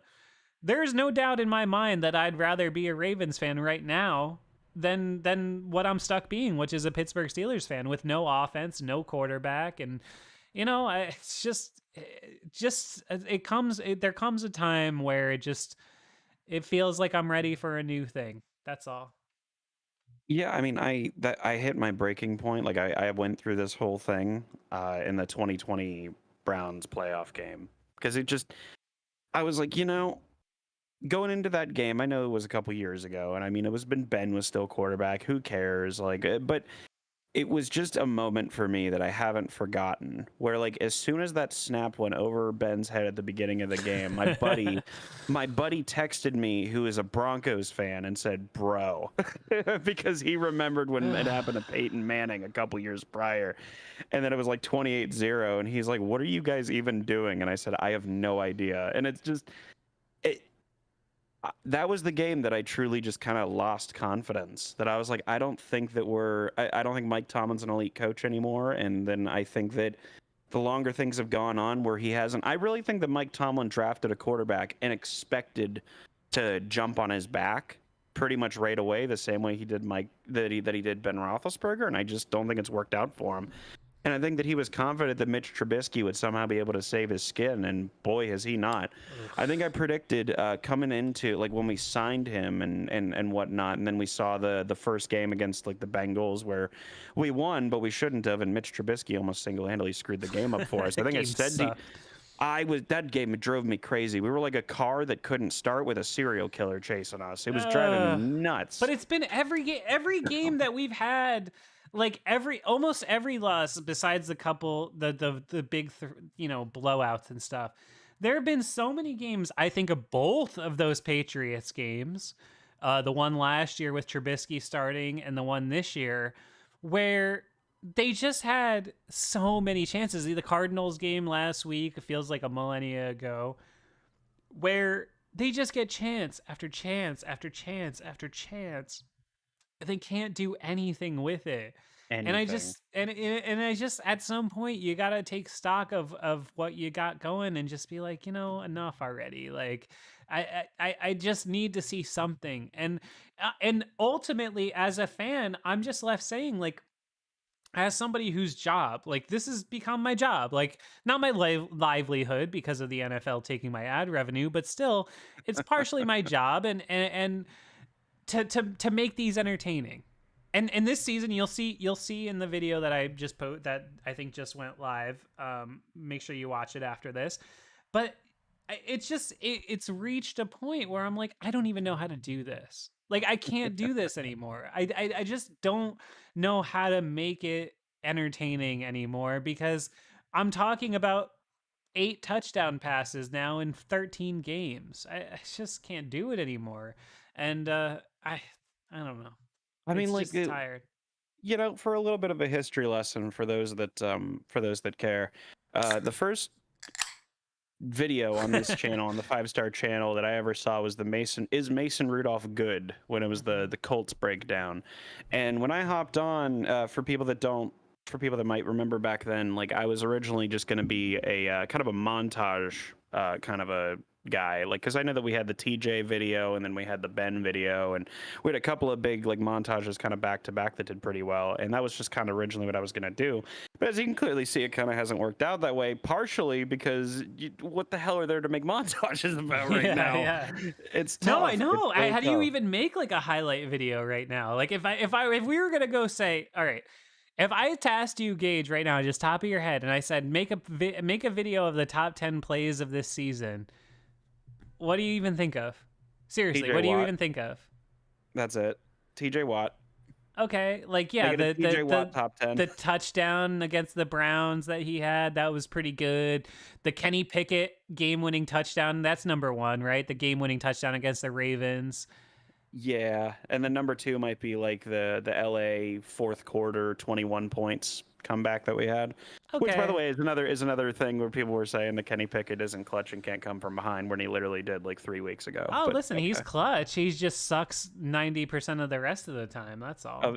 I think he's getting better in that In the department, but you're words of right. Yogi Berra, one of my favorite Yogi Berra isms, 90% of the game is half mental. That's one of my favorite quotes. No, I don't want this to be totally depressing, but at the same time, I don't have anything uplifting to say. So, What did I love this other quote that I heard one time. And it wasn't from Yogi Berra, unfortunately. I'm not a baseball guy, uh, but I don't know if anybody got that. But no, but one of my favorite quotes from that kind of stuff is that you say about fighting. Is that they say that it's 90% mental and the other 10% in your head, and I just yes. always remember that. I think you can apply that to all sports. Really, it's true. I really believe that. I don't know. I don't know, man. I just do you think that there's any chance that like I don't know if we're all feeling this way because I think that the public perception so the thought process has always been right among Steelers fans that like the national media is gaga over Tomlin Oh my God. while the people that watch him every week like us tend to be a little bit more like I don't know like and I think it's changing this year where more Steelers fans are starting to be like, dude, I'm tired of this, right? And I think like do you think there's any chance that the organization starts to see it that way or do you think it's just much more likely that we go into the off season and totally clear house with assistant coaches and coordinators and whatever? What do you think is going to happen? I guess is my question. What do you think is going to happen? Well, for one, I don't think that there's going to be any kind of house cleaning at all. They got to I hire an offensive coordinator, right? well, Like they have yeah, to yeah, hire yeah. a real offensive coordinator. I think that's just obvious, right? I swear to Allah, if they if they like promote Mike Sullivan or something, it's gonna be my 13th I'm gonna reason. go and jump off the fucking Brooklyn Bridge. I was just gonna say I'm you'll gonna catch go me on the jump off the fucking freeway just bridge. playing around. I'm gonna go Yes. play in traffic for a bit and just yell, Mike Tomlin did this to me. I'm, I've always said that it's a running joke, but not really a joke. That when I die, I want to be burned on a funeral pyre. Like Vikings. And I always told my fiance that I think it would be perfect if you did it at the confluence of the three rivers. Right outside of Heinz Field. Yeah, Wouldn't that be awesome? yeah. And I think that if they decide to not hire an outside offensive coordinator, let's just do it early. I'll do it this offseason. Just light me on fire and set me down the Ohio River. I'm good. I don't need a year of Mike Sullivan. All right. I don't need it. No, I have plans to have the Steelers at my funeral so they can lower my casket so they can let me down one last time. Perfect. Yes. Welcome I to have the only Steelers podcast where the hosts actually talk about killing. I'm not even gonna say it because we're gonna get like banned or whatever. probably. Oh my god, this is the most depressing show we've ever done. I kind of love it. I won't Me lie. too. Me too. Me too. Oh man. Oh man. I had a follow-up joke to that, and then I totally lost my train of thought. This is just Oh, miserable. it But is. shout out to all the people watching. We love you and we appreciate it. I try to be optimistic, man. I really do. But this week is just bad, dude. This week has been really bad. I there's no excuse, man. I think this is the first time in NFL history that an above 500 team lost two straight games to teams 8 games below 500. And there's just no way to get your head around that. It's just bad. It's just unacceptable. I don't care if you got a backup quarterback. I don't care what the situation is. Both of them were at home. You just can't lose both of those games in a row. It's just pathetic. I think that, but here's my qualm about it. It's not even that we lost the 2 games. Because, I mean, I knew that we were going to lose to the Patriots before a single ball was ever snapped in that game. But like the losing to the Cardinals, yeah, that's miserable, of course. I mean, Kyler Murray actually looked competent against us. That's brutal. At home both times, yeah. Someone in the John in the chat said like at home both times. That's definitely true. But it's not even that we lost those games, for me at least. It's the fact that we're not going to learn anything from those 2 losses that really just sticks in my craw, because we've been doing the same thing for how long now? I can't help but mention again that our defense got carved up in the second half of a playoff game by Tim Tebow. And that is just, I have never gotten over that to this very day. I just, that and the Blake Bortles game, I know that I keep qualming about the playoff games. I get it. But there gets to a point where now you're seeing cream puff quarterbacks just absolutely carve up our defense. And it's like, well, we only gave up like 24 points. So I'm like, yeah, and like 500 yards. Like, what did you and I talk about on the show like last week or the week before? Like, I remember when the Steelers not being top 10 defensively in every category was actually shocking. Yep. Yeah. Like where it would be like hilarious to watch people try and run the ball against us, especially like when you would see the Chargers, like especially if like LT was out, like if LaDainian Tomlinson was out and they were running their backups into our D line. It's what are you even doing? No, like, I do. I remember literally laughing when teams would run the ball. I'd be like, why are you even doing that? Well, welcome to 3rd and 10, bucko. Like yeah. And now it's just like we have these gaping holes in the run D, we have these gaping holes in the pass D. Juju Smith-Schuster, like credit to him, like because the guy cannot move anymore. I'm sorry, No. I love him, but it's true. Injuries have really caught up with him, but also he looked like he knew what the Steeler defense was going to do every snap of that game. Because he did. Because he did. Because he did. I mean, that was the icing on the cake. 2 weeks in a row to see Connor and Juju. And I think really to me, I mean, it underlines what the problem really has been. Connor was a guy that I never thought, I when I was doing these highlights, you'd see a lot of people, the run game would rank really poorly. And people would say, oh, well, Connor's just not very good. And I'd say, no, I think James Connor's a pretty good running back. I think this offensive line just stinks and they don't run it a lot.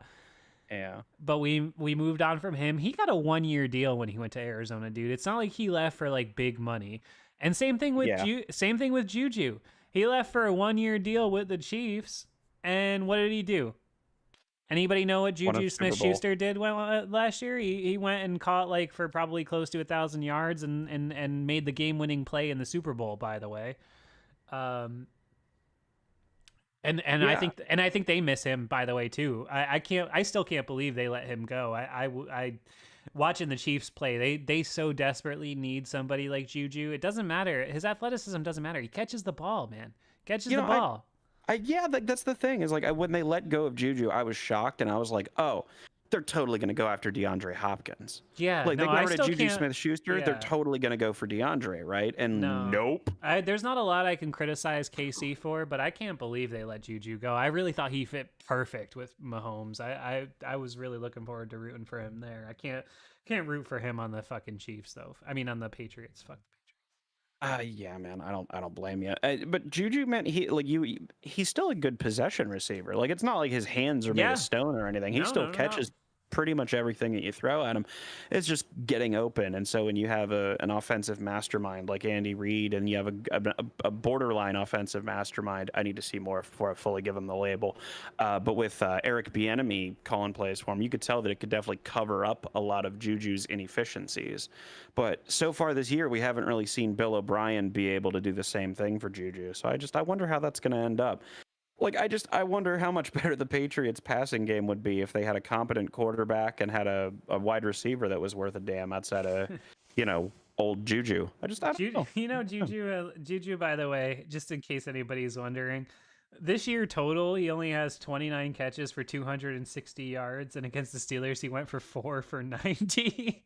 Oh, yeah. That first play of the game where Juju went down the seam or whatever and got that first. I immediately was like, this is how it's gonna be, huh? Yeah. Juju's gonna just stunt on our defense. I think that I think that matters, man. I look at guys like that. I look at a James Conner and I look at a Juju coming back in to dunk on us in Heinz Field, and I just say, like, that's just like that's the problem, though. Yes, okay, I see your point, Anthony, in the chat. He was never a true wide receiver one. Yes. Okay. He was a wide Sure. receiver 1.5, I like to Yes, say. he was a wide receiver one by happenstance. He's not meant to be a wide receiver one. But you know what? You know who else is not meant to be a wide receiver one? The guy making $18 million a fucking year on the Pittsburgh Steelers wearing the number 18 jersey, Deontay Johnson, who is meant to be a wide receiver two, who's being paid like a wide receiver one. That just articulates the problem. Do you understand what I'm saying? Like, these are guys, Juju especially. Connor is a whole other thing, and there's injuries and couldn't stay on the field and all that. But Juju Smith-Schuster, to me, was a guy who you keep on your team. And that's a guy who you have to be a security blanket for your, whoever you're going to bring in after Roethlisberger and all that kind of stuff. And I just think that they've made some really poor decisions in terms of how they've, who they've kept and who they moved on to. I think another one, honestly, is Cam Sutton, who I've never been able to get over the loss of. I just thought that was somebody who you developed, you drafted, you developed at a position that you've had trouble with. He understood the defense. Yeah, exactly. And you let him go, Look at I'm so sick and tired of hearing people talk about the salary cap. Look at the players the 49ers have under contract. Yeah. Look at their roster.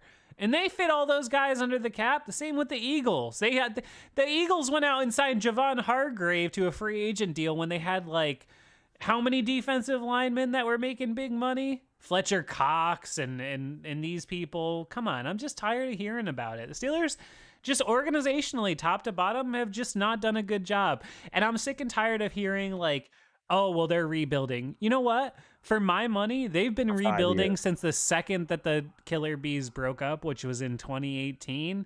And they're not any better than they were. They're really not. This team is in no way, shape, or form better than they were in 2020. In fact, I would even say that the defense is probably worse. And the offense is way fucking worse. Oh my goodness, it's not even close. It's not even close. Like, even when James Conner was running the ball, you were still like, well, there's still something here. Well, actually, I might argue that our running game is actually better right now than it was in 2018, but that's pretty much the only positive you can take away from it. But it's 2023. That's only if you're nitpicking positives. Yeah. If your pass game has gone from 4,000 yards in 20, like, I mean, think about that. That's the thing. We all in 2021 sat here, right? Shout out Andre Romero, very smart 5-star matchup fan, always with great takes. The Steelers have 21 touchdown passes in the last 30 games. Come on, that's ridiculous. We were all sitting here in 2021 and saying Ben Roethlisberger was absolutely washed up in 2021 playing with Matt Canada when he threw for 3,700 yards. He missed a game, so that's in 16 games. He threw for 3,700 yards and 22 touchdowns. Mason Rudolph in his game probably threw for 200 something and a touchdown or two.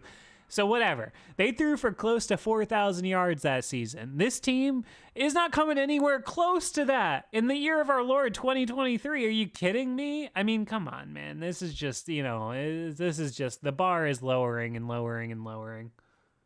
Yeah, I mean, like, literally the only card that people that defend, like, adamantly defend Mike Tomlin, you and I kind of go back and forth, and there's good and there's bad and blah, blah, blah.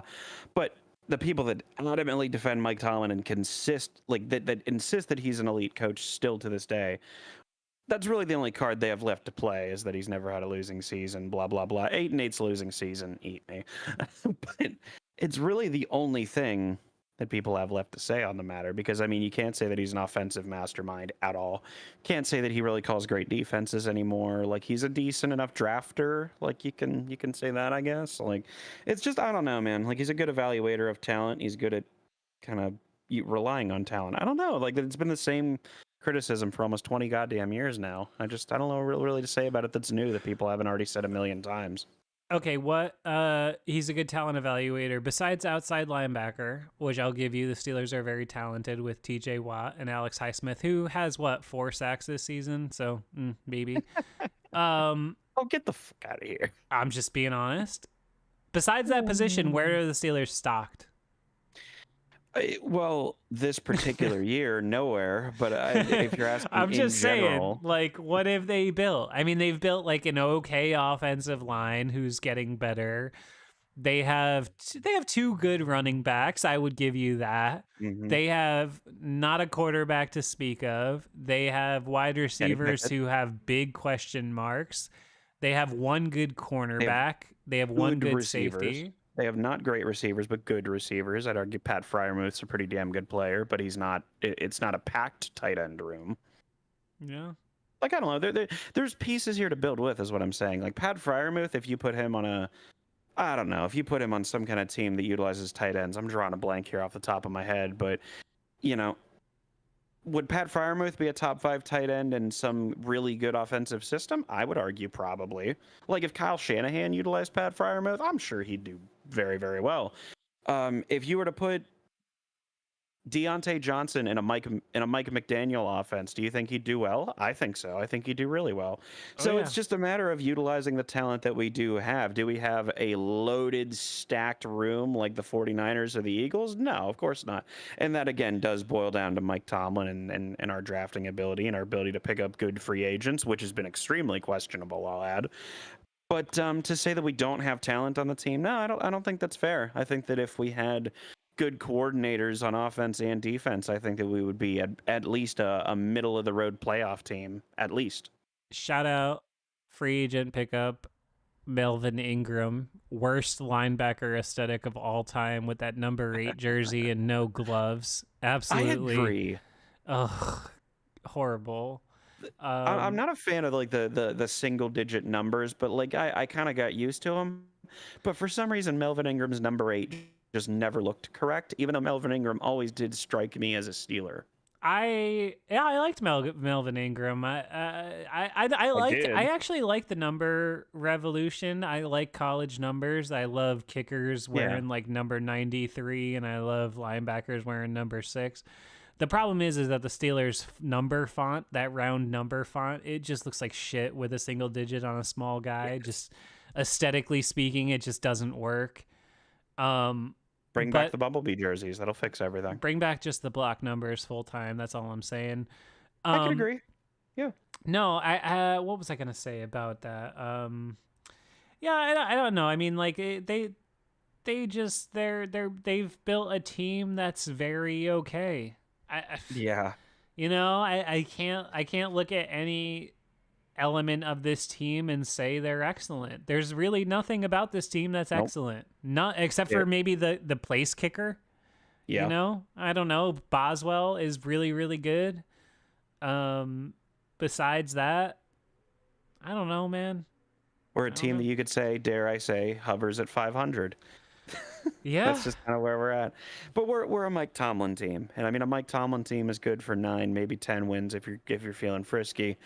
But I don't know. No one really takes us seriously as a threat anymore. I mean, Mike McDaniel sat his starters against us last time and still beat us.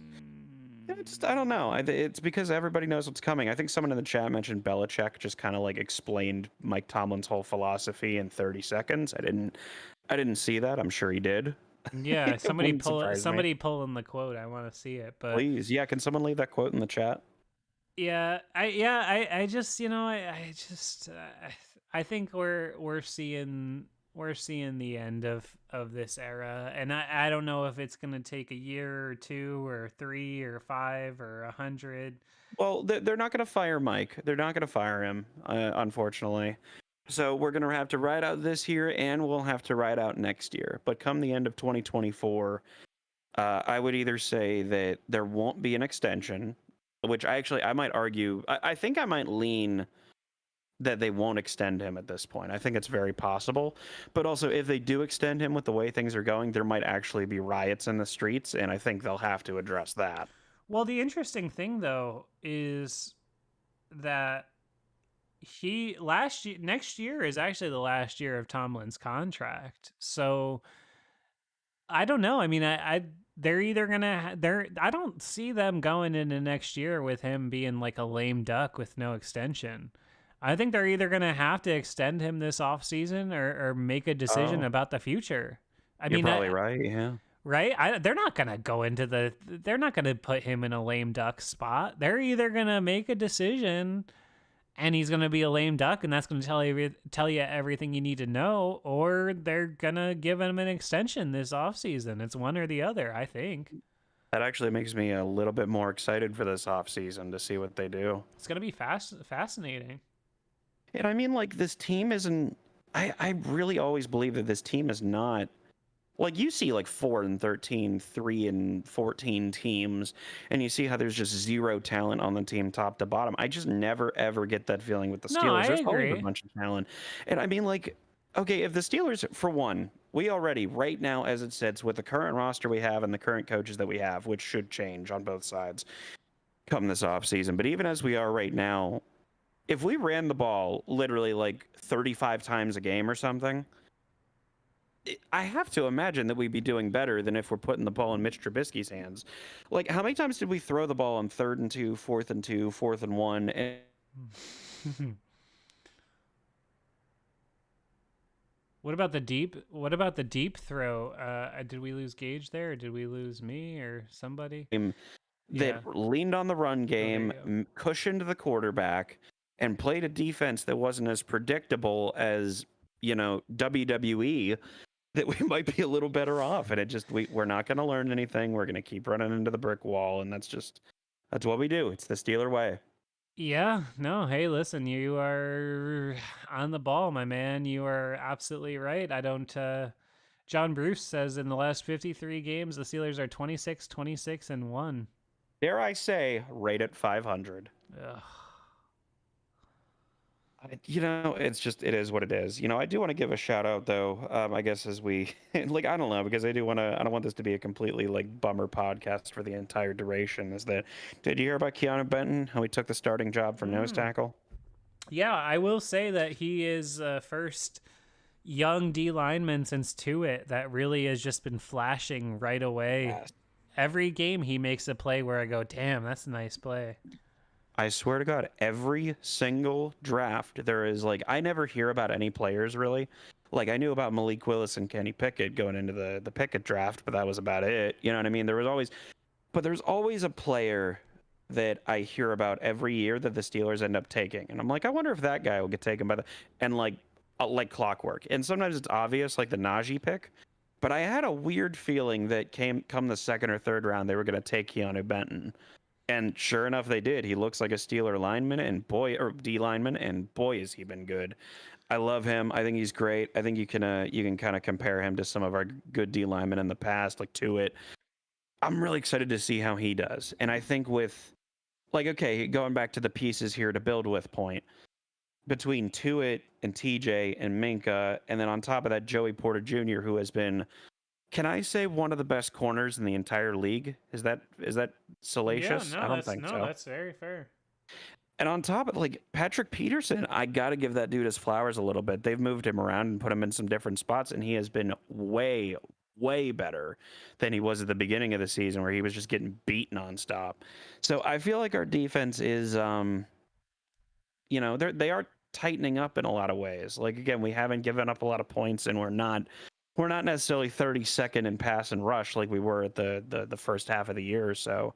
So I feel like there's something here, but is it enough? That's the big question. I think that was your point overall, is like, what are we doing here? Is it enough? And I don't know if I have the answer to that. I don't think it is. I don't think you can build your team as defensive first anymore. I just really believe that. I think you can build your team to have a strong defense for sure, but I don't think it can be your first priority. And I think that's how Mike Tomlin sees team building, and I think that's ultimately the flaw in the Steelers' plan. I just don't believe you can do that. I think if you look around the league, how many of the guys that you would deem as like top flight head coaches are defensive head coaches. I can't think of any off the top of my head besides Belichick and Tomlin, who are like, dinosaurs. I just think I'm trying. That's a good point. I'm actually trying to think of any, and like the Brian only Flores is going to be a head coach again, but he's not a head coach right now. yeah, I mean the only guys I think of are Tomlin, Belichick, Staley with the Chargers, whose And defense he is is bad. terrible, and He he's a is bad head so coach. bad. I just don't think. I don't think it's the. I think it's a mindset thing, and I don't know that you can have your team built that way anymore. The whole defense wins championships thing. Defense can help you, and it's good to have a good defense. But you need to be offensive minded. You need to be thinking about how you're going to convert 4th and 3s when it matters. Look at that. I think that play at the end of the Patriots game with Trubisky on 4th and 2 or whatever it is, where he chucked it deep. And I'm just saying that is everything that is wrong with the Pittsburgh Steelers. And then not only that, the absolute slap in the face was that Tomlin compared it to Pickett's 2nd and 9. By the way, way different than 4th and 2. Throw to George Pickens at the end of the Ravens game, which ultimately won that game. They are not the same thing. And you know what? If you think they're the same thing, then you are off base. I'm just being real. It's not the same fucking thing. 4th down, you have to get 2 yards. You have to get 2 yards. Where's Allen Robinson? Where's Pat Fryermuth? Did Pat Fryermuth even play on Thursday? I don't remember hearing his name one goddamn time. Do you know what? Zach Schomler, I'm going to shout him out, of Strong Opinion Sports. I love his show. Everybody should follow him. He made a really interesting point, and I've been thinking about this ever since we started talking about the defensive head coach thing. And I think that he might be right, especially in hindsight, is that here's the problem with defensive-minded head coaches. Is that he said in the modern NFL you want an offensive-minded head coach, and he goes, but it's not necessarily because it's an offensively driven league. Yes, that's part of it, but a big part is that when you have a defensive-minded head coach, you are going to have an endless stream of offensive coordinators, and once you get a good offensive coordinator, what's going to happen? They're going to get a head coaching job, and you're going to be looking for another one. And while on the contrary, a lot of defensive-minded guys like Vic Fangio and these great defensive coordinators and whatnot, they don't want to be head coaches. Vic Fangio tried it in Denver, which I actually don't think he got his credit for. I mean, he had like Drew Lock and Teddy Bridgewater. I mean, he did the best with what he had. But then he talked about how he didn't want to be a head coach anymore. He wanted to just focus on his defense, and that's that. And I think that as much as I personally want the Steelers, I do personally want the Steelers to go out and get another defensive head coach. I think that it might be, looking at it objectively, it might be better that we get an offensive coach next time so that we don't have to run into the endless OC problem that resulted in us having Randy Finkner at OC. Yeah.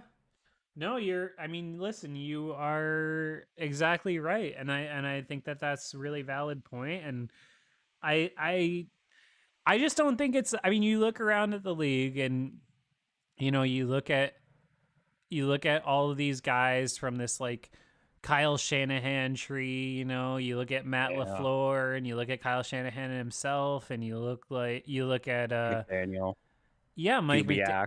Yeah, exactly. And it's just so clear that it's just about the mindset. And Tomlin plays these games for a guy who talks like, constantly talking about, well, if you blink, I'm going to cut your eyelids off and we won't live in our fears and all that kind of stuff. And I just look at this as a team that's just they've been conditioned to think that they're going to win a war of attrition every week. But the reality is that mostly only works against the Baltimore Ravens and the Cleveland Browns.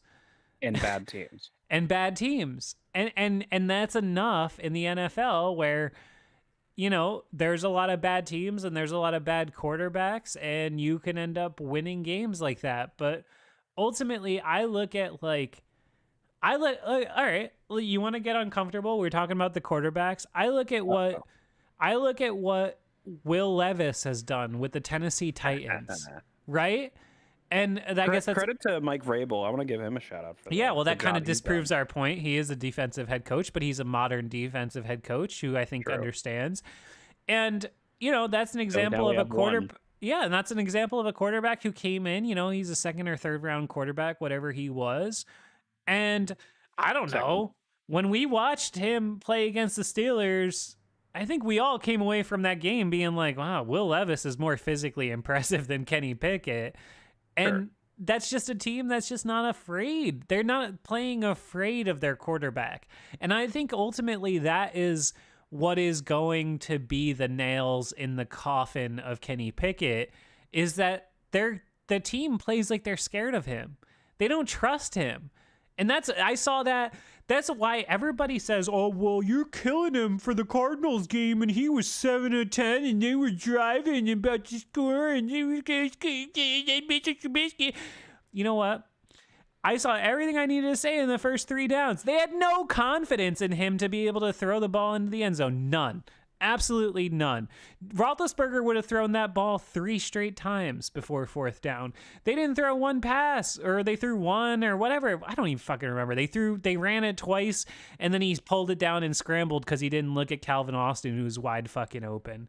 They have conditioned him. They have no confidence in him. He has no confidence in himself. And much like Tomlin, I just think it's going to end up happening. Whatever happens next year will happen, but I just think at the end of the day, I just don't think it's going to end up working out for either side, and I think that's the reality. I think they might have already ruined him, sadly. They very well might have. That's entirely possible. Just, I'm just being real. Like I look at what I'm seeing and I try to be real, and I say, I don't know. I don't see it. Someone threw out the name Mac Jones, and it's possible because people have this idea that Mac Jones was like this horrible quarterback at all times. His rookie year under he's good, yeah.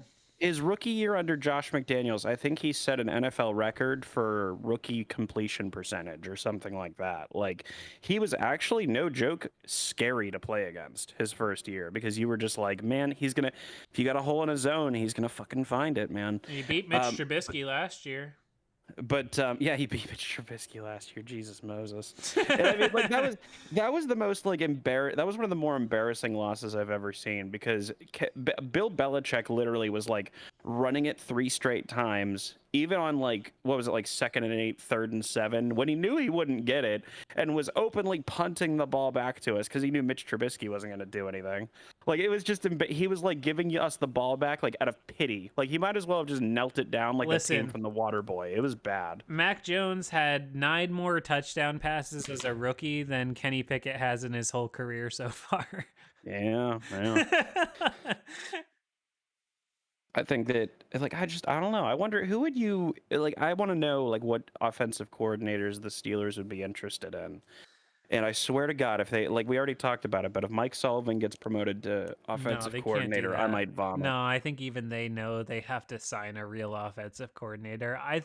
To his credit, I've said this when they fired Canada. I believe the Dulac report that Art Rooney was the one who decided to move on from Matt Canada. I 100% believe Mike Tomlin would have wrote out the year with Matt Canada. 100%. And I'm not even trying to be like hateful or stir up shit. I just believe that. True. I really believe that. I don't think that Mike Tomlin would have fired him. No. It would have hurt his feelings. Yeah, I don't know. It's impossible to say, because anytime you have these conversations, it's like, well, I don't think anybody's going to take a sidestep, right? Like, you look at, that's why I think it just makes sense to move on overall, because you look at, like, okay, this guy from Detroit, right? Is that Ben Johnson, I think is his name? Yes. And he's the OC over there, and he's really hot, highly touted and whatever. He'll probably be a head coach. You have no opportunity to hire him as an offensive coordinator, but nope. You might have an opportunity to hire him as a head coach. Maybe. So, like, that's my point, is you're either going to hire like the Dolphins or the Bills or whoever's like quarterbacks coach to be your offensive coordinator and not know what you're getting, or you're going to hire an Eric Bieniemy, or you're going to hire a Ben Johnson or Cool. whoever it is to be your head coach, and then they're going to build their staff around them. I don't see if you were an offensive coordinator, like why, or if you're somebody who's trying to be an offensive coordinator, I don't see really why you'd want to come to the Steelers right now. There's nothing on tape signaling that this is an offense that you'd want to take control of. And, No. I don't know. But okay, but like, if I'm going to play devil's advocate and be a little bit more upbeat about it, I think that there might be some offensive coordinators that might like be chomping at the bit for that kind of opportunity. I mean, that's why Eric Bieniemy went to Washington. That's why some of these guys, they go to these places with historically bad offenses and look to turn them around to kind of add to their resume, I guess. And I mean, like, I would love to see one of these guys be the next head coach. I mean, could you imagine? I don't want to like put out any names specifically because I don't want to run the risk of like having it age poorly. But like if we had, I don't know, Ben Johnson, if we after next year, whatever the hell, hired Ben Johnson as our head coach, and then had someone like, I don't know, Vic Fangio if he leaves Miami as our next defensive coordinator, I think that even with like, I know the time passage wouldn't work, but let's say we had the exact same like offense and defense and whatnot, I think we'd instantly be in twice as good a shape as we would be with the current regime that we have in place, with no other changes being made.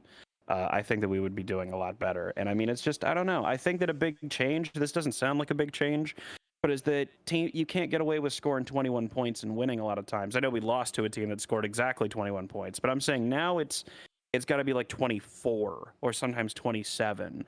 And we just aren't built to do that, and we kind of never have been. It's just kind of been Ben like leading the charge in that regard. I mean, an offense that has like Juju Smith-Schuster and Deontay Johnson, I just don't think is ever really going to score like 27 to 30 points, and I think Ben was just kind of doing the heavy lifting in a lot of cases. And you can see that now. You can see like Mike Tomlin had years to prepare for the end of life, or the life after Ben, I should say. And yet, I was convinced, and you and I talked about it on the show, we're like, come on, man, they're clearly going to have some kind of plan in place by the time that Ben... Nope. Not even a bit. They were not prepared. No, you're absolutely right. That's their I think that's ultimately the biggest sin that the Pittsburgh Steelers organization has made in recent memory. I think Mark Kaboly wrote a piece about this in The Athletic a week or two ago. They did not in any way, shape, or form prepare for life after Roethlisberger. They didn't. And the worst part about that is they were so ready to move on. I've said it online so many times. I wholeheartedly believed they were ready to move on from him after 2020. I didn't believe in my heart of hearts that Colbert or Tomlin wanted him back for 21. I felt as though they were already ready to move on. And, and I thought that was conveyed by Tomlin. It still pisses me off. When I really think I started to turn with Tomlin was those comments about the quarterback mobility and stuff like that, because I just thought that was insulting. I really did. Yeah. When I first heard it, I was like, oh, that's a tongue-in-cheek joke. And then once I got more space from it, I was like, if I was Ben, I'd be kind of pissed off. I put my life and limb and knees on the line for you for 15 years, and you're going to talk shit about me in front of the media? I don't know. And yeah, part of it, to be fair, Steelers freak, I see you in the chat. They didn't want to piss Ben off. I do agree. Ben Roethlisberger was a little bit petulant, and the first time he ever we are getting so real on this edition of 5-Star Radio right now. Yeah, I love it. But I do believe, like, the first time they ever brought in a quarterback that physically threatened Roethlisberger, I think you and me both agree that was Mason Rudolph. Was the first time was Ben instantly hated it. Like he outwardly was negative about it and said it was a wasted draft pick and all that kind of stuff. But I don't know, man. You could say like he buried him. Yes, I shout out Darkshine. Yeah, I hear you. He did. Mason Rudolph. You want to just talk about physical arm ability? Mason Rudolph has been the best arm in the Steelers quarterback room since the second he was drafted. And he still 100%. is. And he still is. And he Yeah. gets no consideration. None. By all accounts, almost all accounts, last year in training camp, he was the best performing quarterback. And he was the third string. Not only was he the third stringer, they initially put him as the second stringer and then said it was a clerical error, which is fucking bullshit, and moved him to third string because they wanted Kenny Pickett to be the backup quarterback instead of him. And this guy just gets no reps in practice. And I'm not trying to bang the table for Mason Rudolph. I'm just saying, for an organization that like lives on, you know, the idea of like organizational stability and all this kind of stuff, I just look at the totality of the last 5 years and I say, what's stable about it? You're not wrong, man. You're not wrong. And I mean, what's stable about it? Other than Mike Tomlin has had the same job the whole time, there's nothing that's stable about it. We've had a different offensive we've fired a defensive coordinator. We fired 2 offensive coordinators. We've had how many, you know, Brian Flores in and then moved on, and then this thing move it in and then on, and Matt Canada's the quarterback's coach, but he doesn't talk to the quarterbacks, and now he's the offensive, like, you know, get real. If we're going to talk about organizational stability, the only organizational stability is Mike Tomlin. You know, and I hate to use the word. I hate to use the word because there are a lot of like, you know, old white Steeler fans that say this word, and I don't like using it, but it's cheerleader, and it's kind of true. Terry Bradshaw talked about it years ago, and I just kind of called him a fossil for it, which I still do. Terry Bradshaw is a complete fossil, but when he calls Mike Tomlin a cheerleader, it has some merit, man. Like, is he known for making these brilliant second half adjustments? No. I mean, like, actually, we did pretty well in that last game, but that was against a 2-10 team, and we still lost. So it is what it is. But like even those random decisions, like in big spots, Mike Tomlin used to be a lot like that. I remember that game that I covered earlier in the season with Green Bay, where Mike Wallace went off and whatnot, and that surprise onside kick at the end of the game where there was 3 minutes left, our defense was tired, and there was a feeling that Aaron Rodgers was going to score anyway. So when you had that surprise onside, not only did, like, even if you didn't get it, it would give Ben time even if Rodgers did score. So in my opinion, it was a brilliant call that actually worked out perfectly in the game. Could you even imagine Mike Tomlin in 2023 pulling a surprise onside kick? No. He tried the Rabona with Chris Boswell, and that was it. Oh yeah, I forgot about that. Thank God I did. No, you're right, man. I'm just tired. I'm just tired of the same things. I'm just tired of arguing about the same shit. I'm tired of telling you the guys the same stuff. I don't think it's that crazy that I just want to be able to consistently do highlights of games where the Steelers scored 27 points. You know, and like, and it's just, I'm just, the reality is, like, I know you guys don't want to hear me like say this because you listen to me, and my whole role here is like your internet friend who watches the Steelers and talks about the Steelers, and I love that, and I love you guys, and I'm so thankful for this platform, and I never would give it up for anything. But like, the reality is, I'm just having more fun watching the fucking Knicks play basketball. You know, like, I'm just no, but you know what I mean? Like, it's just not fun. Like, I'm just so tired of the same goddamn shit. Like, and even if they fired Mike Tomlin and went 4-13 next year, like, at least I'd have some different stuff to talk about, man. I'd be fine with that. I'm just tired. I'm just tired of this. I have nothing left to say about Deontay Johnson. Like, I'm just done. Let me. Maybe we should just. This is gonna be the most toxic thing that I'll probably ever say on this show. We've done 2 hours, by the way. I know, right? Everybody should leave a like and make sure you subscribe to our Patreon. But I have to say that really, if you guys are sick of kind of what they're doing, and, you know, like pretty much every Steeler fan in Pittsburgh is, all I can really say is just kind of hijack the games the same way that the WWE fans hijacked the show with Daniel Bryan back in 2014. CM Punk. Or the CM Punk chants, man. Like honestly, all I can say, just fucking boo them out of the building if they play. If they play well, then cheer them because they deserve it, obviously. But you and I kind of both know that they're probably not. And if they play like putrid shit, then boo them out of the building because they deserve it. And that's kind of. I remember Ben Roethlisberger talking about that, where he would talk about getting booed by the fans, and then he'd be like, "Yeah, guys. I mean, can you blame them for booing? We suck." Yeah, it's a natural consequence. I'll never forget, and we'll end the show with this. I'll never forget Christmas Day, 2016. I went to Pittsburgh. I got Steelers tickets that week with my best friend and my uncle, my late great uncle John, who has since passed. The whole reason I started this show, to keep his memory and spirit alive. He taught me everything, all the jokes, all the puns, all the shit I do in this show is just keeping his spirit alive, right?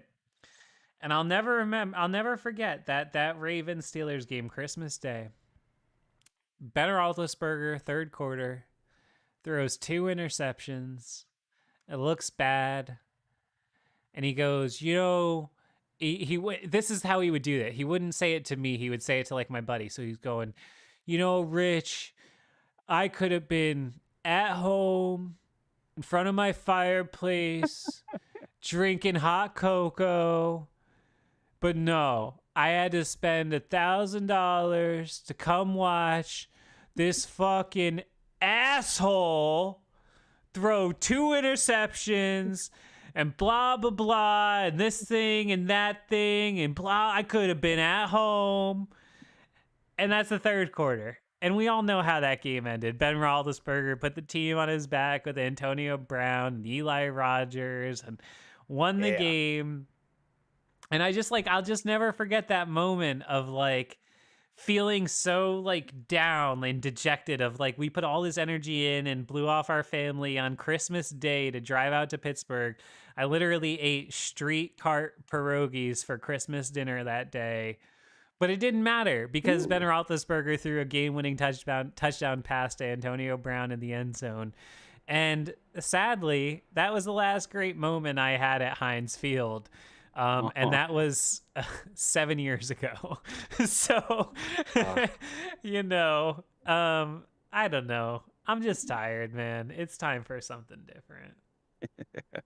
It is time for something different. I've been ready for a little while. I haven't been to a Steeler game since I think 08. It was 08 or 007, something like that. It was whenever we like demolished the Ravens. It was like 34-7 or something like that at halftime. Nice. It was when Mel Blount called the Ravens pathetic. I remember it on this. It was kind of brutal. I went on a hot streak from 2004 when I went to Ben's first home start, coincidentally, against the Bengals. I have a picture of me and my uncles behind me on my computer desk. That was the first game I ever went to in Heinz Field, Bengals week 4 or whatever that was, 2004. And then every game I went to, which was like, I don't know, almost like about 1 game a year or so on average, until 2018, where they won every game I went to. And the first loss I saw in person was that 16-point lead they blew against the Chargers, where Boswell missed the extra point and they got the false start touchdown with Phillip Rivers and all that shit. And since then it's been much uglier. But hey, it is what it is. That's why I haven't gone to a game this season, and that's why I'm not in a hurry to buy tickets for next season. But ladies and gentlemen, we love you. If you've been hanging out, we appreciate you. Hop over to that Patreon, patreon.com/5SMU. I know no one loves to get hammered with that stuff. I haven't mentioned it this whole show, and we've been talking for 2 hours. If you like 5-star, one that did. yeah, if you like 5-star matchup, please consider it. $4 or $7 a month. It goes a long way. We'd really, really appreciate it. This isn't the easiest thing in the world. We don't make money off of YouTube. I know you see our videos get views and whatever, but we really don't make a lot of money off of it. I'm just trying to keep this thing afloat. So if you want there to be a future for 5-star matchup, hop over to patreon.com/5SMU, join up as a Big Ben or Cordell Stewart member, and you get some free shit. You get to join our Discord server where we talk all day, every day. Um, you know, hey, whatever. I'm sorry this was a depressing episode, but I feel like you guys had fun. Did you have fun, Gage?